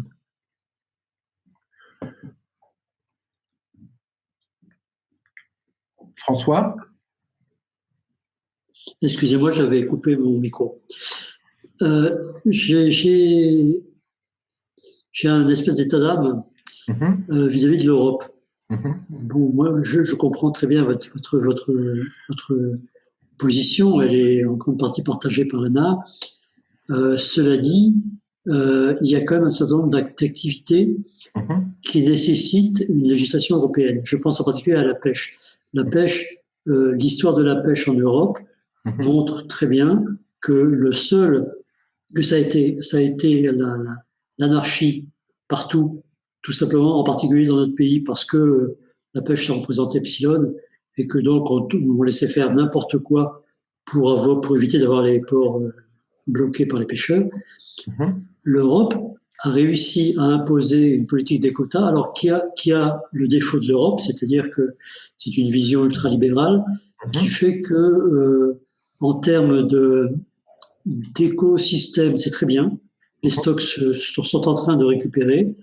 En termes de protection de la population du métier, c'est une catastrophe parce que ça concentre les moyens dans les mains de quelques grands armements, essentiellement hollandais, britanniques, etc. Donc la philosophie ultralibérale de l'Europe fait que il y a des très gros problèmes sur la pêche, mais elle a quand même réussi à faire que les eaux européennes, or les poissons sont européens pour beaucoup, soient sur la voie de la restauration. Donc je suis d'accord que l'Union européenne telle qu'elle est, ça marche pas, mais il faudra bien quelque chose à la place. Alors, je partage parfaitement sur une des rares politiques européennes qui a marché, c'est la politique de la pêche et qui a permis de reconstituer le poisson. Je partage parfaitement le point de vue avec vous. D'ailleurs, c'est ce que je pensais dire à une émission. Je m'étais dit, tiens, qu'est-ce qu'il y a de positif pour l'Europe si on me le demande dans une émission? Eh bien, je pense que c'est ça que je dirais. Donc, vous avez visé parfaitement juste, je trouve, sur le sujet.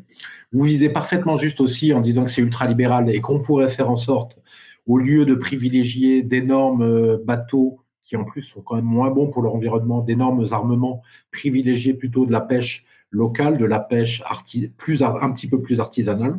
Moi, je suis d'accord aussi avec vous. Donc ça, la politique de la pêche en Europe est d'accord sur les quotas, il faut le garder. Après, tout le reste sur l'Union européenne, de toute manière, vous savez, le traité de l'Union européenne, c'est une Union européenne toujours plus étroite, qui prend toujours plus de pouvoir.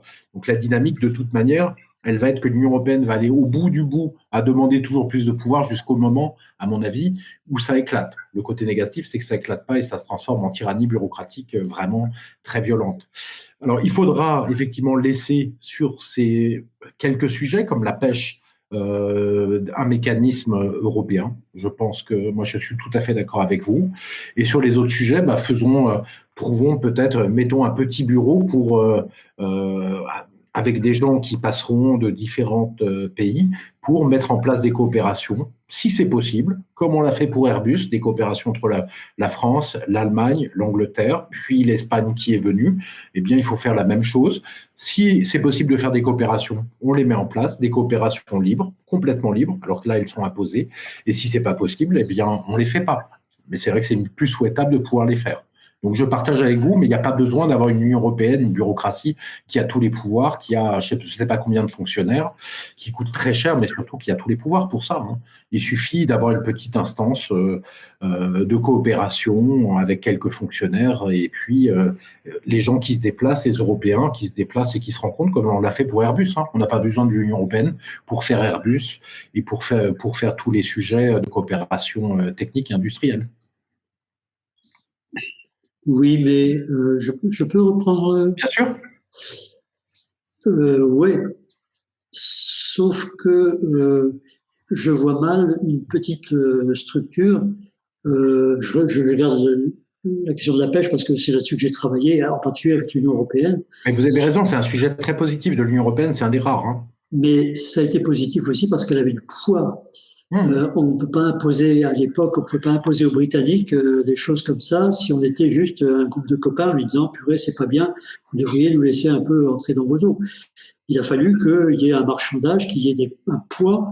Et je suis pas très, j'ai pas de solution, je suis dans le flou. Mais je sais que vous avez raison, c'est plus simple d'avoir mis en place toute cette politique de la pêche, et c'est un des rares sujets avec l'Union européenne. C'est vraiment un des rares sujets. Mais le maintenir me semble tout à fait possible. D'ailleurs, on va le voir avec les accords avec le Brexit, avec l'Angleterre, comment ça va se passer, les accords entre l'Angleterre et l'Union européenne. Je pense qu'on devrait pouvoir continuer à bien travailler tous ensemble sur la pêche. Il n'y a pas de raison. On a mis ces politiques en place, on peut les continuer. Merci. Je prends le relais, là, je viens d'avoir un coup de fil de Bertrand, il a une liaison chaotique, donc je prends le relais. C'est Laurent qui a demandé la parole et puis ensuite Guillaume. Laurent, c'est à toi. Oui, très brièvement, donc nous sommes tout à fait d'accord concernant le constat et aussi bien sur l'Europe que sur le libre-échangisme, etc. Donc aussi bien sur le constat que sur le remède. Ceci étant dit, aujourd'hui, nous sommes dans l'Europe. Cette Europe, sauf erreur de ma part, a élaboré ou est en train d'élaborer un projet écologique. Je crois que ça s'appelle le Green Project, me semble-t-il. Tout à fait. Est-ce que vous pourriez nous en dire un mot? Et puis, une deuxième petite question, brève aussi. Au début de votre exposé, si j'ai bien compris, vous avez insisté sur le fait que la politique à mener devait être nationale.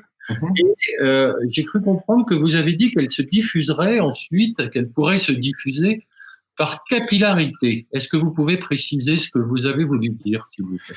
Oui, par capillarité, c'est par l'exemple, en fait. C'est-à-dire que la France, qui met en place des grandes politiques écologiques sur l'énergie et qui montre qu'elle arrive à la voiture à hydrogène, à des voitures à hydrogène à des prix équivalents, et que ça fonctionne, tout cela, tout cet écosystème, évidemment que toutes les opinions publiques mondiales, en tout cas dans tous les pays qui ont suffisamment de moyens, étant très pro-écologiques, évidemment que la pression sera énorme sur les gouvernements pour y aller, pour aller vers ce modèle. Pareil sur l'agriculture, si on arrive, et je ne vois pas la raison, à aller très loin sur l'agriculture bio en France, et peut-être en coopération avec d'autres pays, pourquoi pas avec nos amis italiens, eh bien, les autres pays auront, les autres habitants d'autres pays, l'opinion publique va mettre une pression très importante, et donc ça va se diffuser. Ça sera intenable pour des gouvernements de dire, ben non, on s'en fout de l'écologie, on s'en fout du climat, finalement. Ils vont être obligés de se démasquer à ce moment-là. Et je pense que ça sera impossible.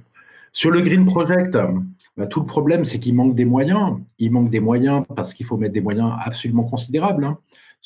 Par exemple, pour l'énergie nucléaire française, on a mis 200 milliards d'euros sur la table, principalement financés par de la dette d'EDF et des fonds publics, 200 milliards d'euros sur la table pour arriver à construire de l'énergie nucléaire française, qui a été d'un bienfait, mais on est vraiment, ils sont extrêmement durs avec elle, mais elle a économisé l'énergie nucléaire française. J'ai fait le calcul et je l'ai mis dans Causeur sur un article. 22 ans d'émissions de CO2 de la France de 2019. Si on n'avait pas eu d'énergie nucléaire, on aurait émis beaucoup plus de CO2 en France depuis 40 ans, quoi. Et donc, il faut des moyens considérables. L'Union européenne ne le fait pas. L'Union européenne le fait essentiellement au niveau privé. Il n'y a pas, les aides sont très faibles, les financements par la Banque centrale européenne sont très faibles. Et le problème, c'est que, vous voyez, dans un pays comme la France, il va nous falloir au moins 70 milliards d'investissements par an en régime de croisière pour arriver, et tout ça pendant 20 ans, pour arriver à faire notre transition énergétique. Ça serait 10 000 milliards à l'échelle de l'Europe, on n'a pas du tout ça. Il y a aussi un sujet, c'est que l'Europe n'aime pas trop le nucléaire, quoi, donc elle ne met pas vraiment le nucléaire dans les énergies vertes, alors qu'il n'y a pas d'autre énergie verte que le nucléaire, c'est-à-dire sans CO2, pour produire l'électricité pour la consommation quotidienne. Il n'y en a pas d'autre. Si vous mettez des énergies renouvelables, vous mettez aussi des centrales gaz charbon. Donc c'est une déperdition et vous avez énormément de CO2 émis.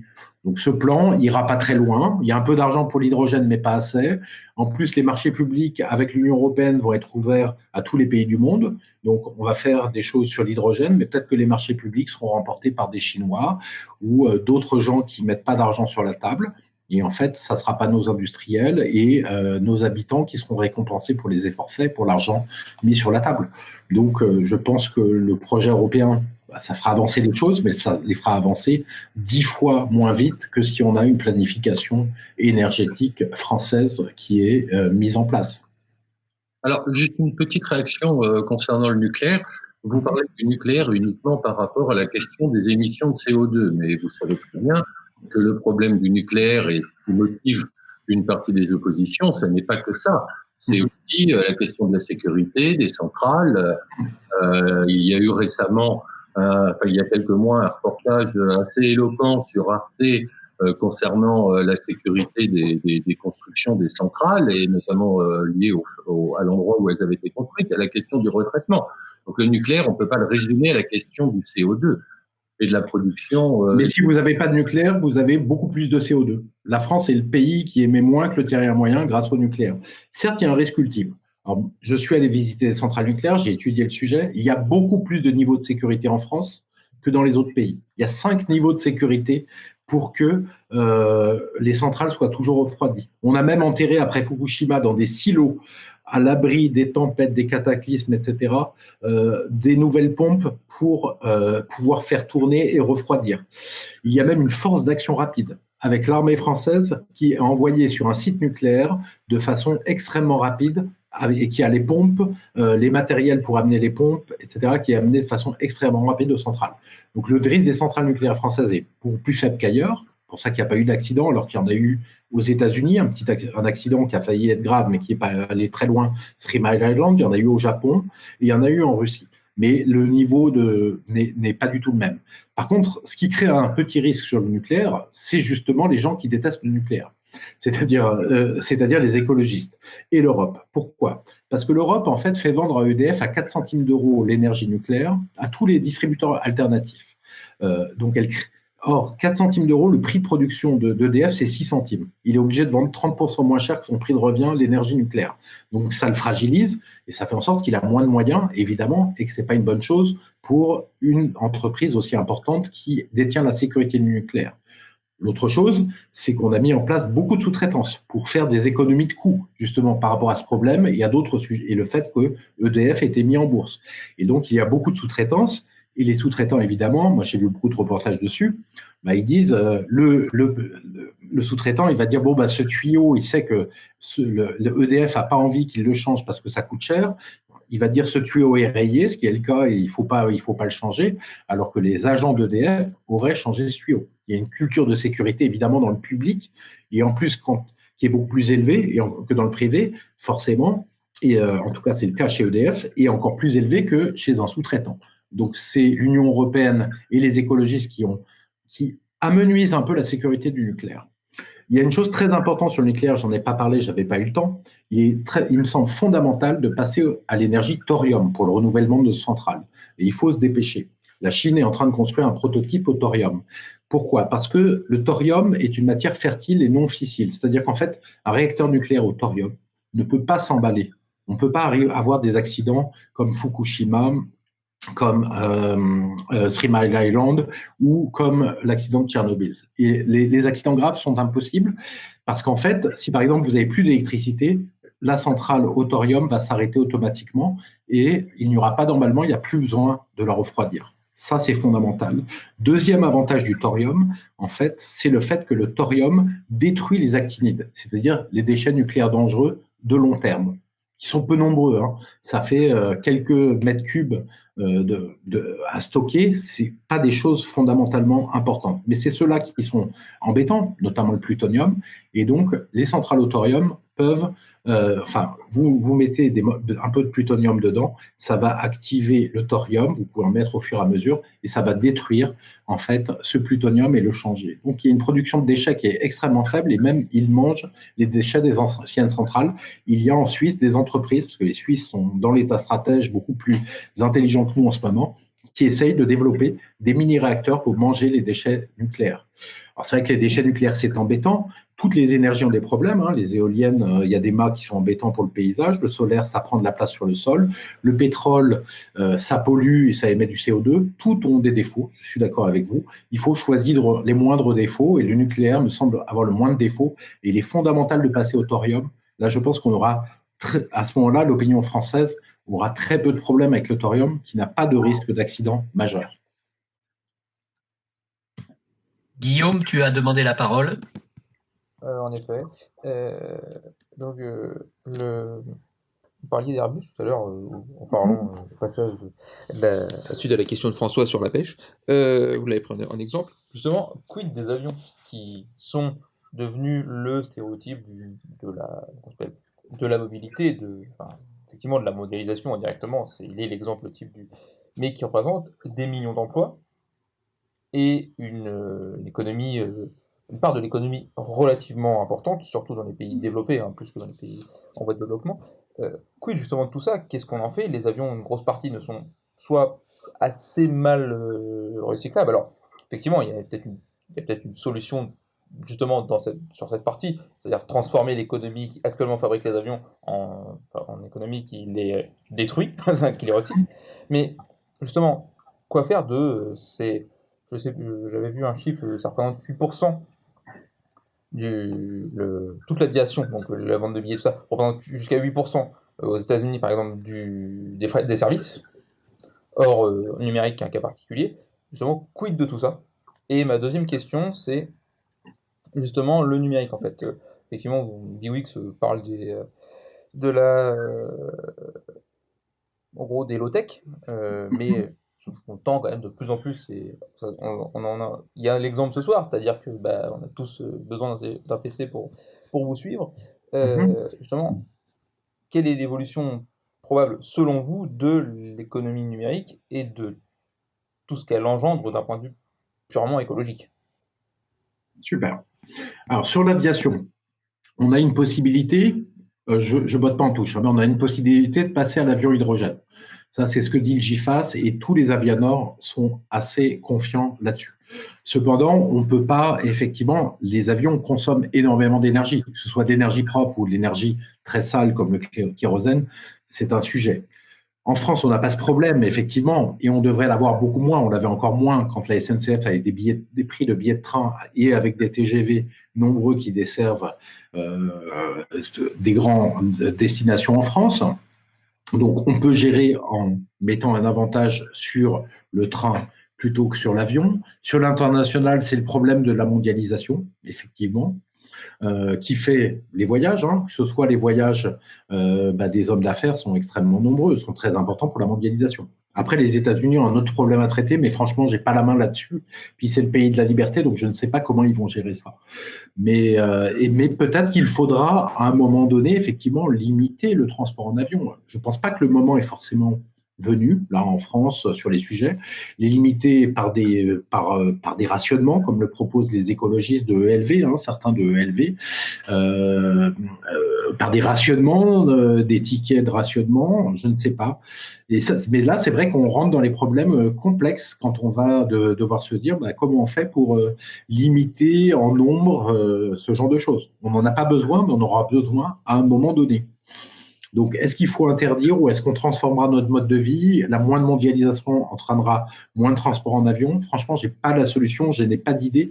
Et je pense que le problème n'est pas pour tout de suite, quoi. Pas pour tout de suite sur le sujet. La question n'a pas à être répondue obligatoirement de façon très forte et contrainte tout de suite. Sur le numérique, c'est vrai que le numérique pose aussi des problèmes parce qu'on ne va pas pouvoir stocker de plus en plus d'images jusqu'à l'infini partout sur des serveurs sous toute la planète. Et le numérique consomme de plus en plus. Alors, Biwix, effectivement, je crois que c'est l'inventeur du phénomène qui dit qu'il y a un problème avec les hautes technologies parce qu'elles se recyclent vraiment très mal, parce que tout est miniaturisé, où la performance est tellement étudiée qu'on a du mal ensuite à recycler les produits de haute technologie. Et donc, il propose le sujet qu'il faudra des bases technologiques. Là, je suis d'accord avec lui, je pense qu'il n'y a pas besoin de haute technologie partout, effectivement. Par contre, je n'ai pas les idées politiques, je ne sais pas comment politiquement on peut dire aux gens par quels moyens politiques, par quels moyens administratifs on peut orienter l'économie vers des bases technologies. Ça fait partie des questions à se poser, à réfléchir tous ensemble, et il faudra trouver les solutions intelligentes pour ne pas détruire les libertés individuelles avec ça. Mais moi, je n'ai pas les solutions vraiment à cette question précise, hein, mais qui est franchement importante pour l'avenir. Pour le moment, je ne sais pas, je vous l'avoue. Les préalables que vous mettez à la réalisation, à la concrétisation d'une politique économique, comme l'a dit Laurent tout à l'heure, sont tellement importants. Est-ce que vous craignez pas, à partir du moment où on ne peut pas les réaliser, est-ce que vous ne craignez pas d'être taxé à votre tour de collapsologue? Non, pas du tout. Non, moi, d'ailleurs, j'ai une partie anti-collapsologie qui est de dire on n'y arrivera pas. Les préalables, on va avancer sur l'écologie, mais très doucement, quoi, simplement. Mais d'ailleurs, c'est ce que je prévois, mais c'est assez simple à prévoir, c'est ce qu'on voit. On avance très très doucement depuis 20 ou 30 ans. D'ailleurs, les promesses des chefs de gouvernement à Kyoto de dire on va réduire les émissions de CO2, ah ben non, pas de chance. Les émissions de CO2, elles ont fait qu'augmenter depuis 98, depuis 20 ans. Donc c'est le cas depuis 22 ans, et c'est ça qui désespère les gens. C'est-à-dire que ça ne va pas dans le bon sens. On produit de plus en plus de plastique, très mal retraité dans certains pays où se sont développés, notamment dans les pays d'Afrique et d'Asie, qui émettent le maximum de plastique qui se retrouve dans les océans. Donc la mondialisation était une catastrophe de ce point de vue-là sur l'écologie. Une mondialisation extrêmement rapide. Je pense que malheureusement, moi je suis très sombre de toute manière. Si on ne change pas de système politique, on reste dans le même système avec l'Union européenne qui nous empêche d'agir, eh bien on va partir à la dérive, c'est normal, vous ne pouvez pas agir, vous avez les mains attachées derrière le dos, eh bien vous coulez doucement mais sûrement dans la crise économique, sociale, écologique et la crise de l'assimilation. Alors j'assume cette vision-là, malheureusement, j'en suis triste. J'espère qu'on va arriver à en sortir de ces problèmes-là. Mais je pense qu'il y a beaucoup d'autres sujets. Il y a des problèmes démocratiques absolument énormes en France. Il va falloir revenir à de la philosophie, probablement de la philosophie antique. Là, je lisais un livre qui parlait de la philosophie antique de Platon, d'Aristote. Moi, je suis parfaitement en accord avec la philosophie politique d'Aristote, et si on l'appliquait et si on la diffusait, je pense qu'on arriverait à des résultats bien meilleurs, à une direction de la société bien meilleure qu'elle n'est aujourd'hui. Bien, je crois qu'on arrive au terme de notre réunion, à moins qu'il y ait une dernière question, une toute dernière question. Oui, pardon, j'ai... Bertrand ? Non, la liaison avec Bertrand est toujours aussi mauvaise. François, tu voulais réagir, poser une dernière question? Oui, puisqu'on me donne la parole, je n'osais pas la poser, mais vous dites dans votre livre, là je ne suis pas tout à fait d'accord avec vous, dans votre bouquin, je ne sais plus trop où, vers la fin, oui. Vous parlez de l'explosion démographique en Afrique. Oui. C'est le chiffre de l'ONU que j'ai pris. Oui. Non, il y a effectivement une augmentation très forte de la population, mais elle est comme dans tous les autres continents en voie de transition démographique. Je suis pas sûr, personnellement, que ce soit, j'ai un peu l'impression que c'est comme le permafrost, c'est une angoisse qui me paraît complètement dépassée. La démographie africaine tend à se stabiliser. Allô? Elle est un peu en Oui, retard. écoute, ça marche pas bien. Hein. Tu termines, tu présentes mes excuses Mais je à crois que tout le monde. tout le monde t'entend là, On Bertrand. t'entend, Bertrand. Oui. Ah bon, pardon. Alors, bon, alors ça va bien. Enfin voilà, c'est pas vraiment une question, c'est une très forte réticence là sur votre position où on a l'air de.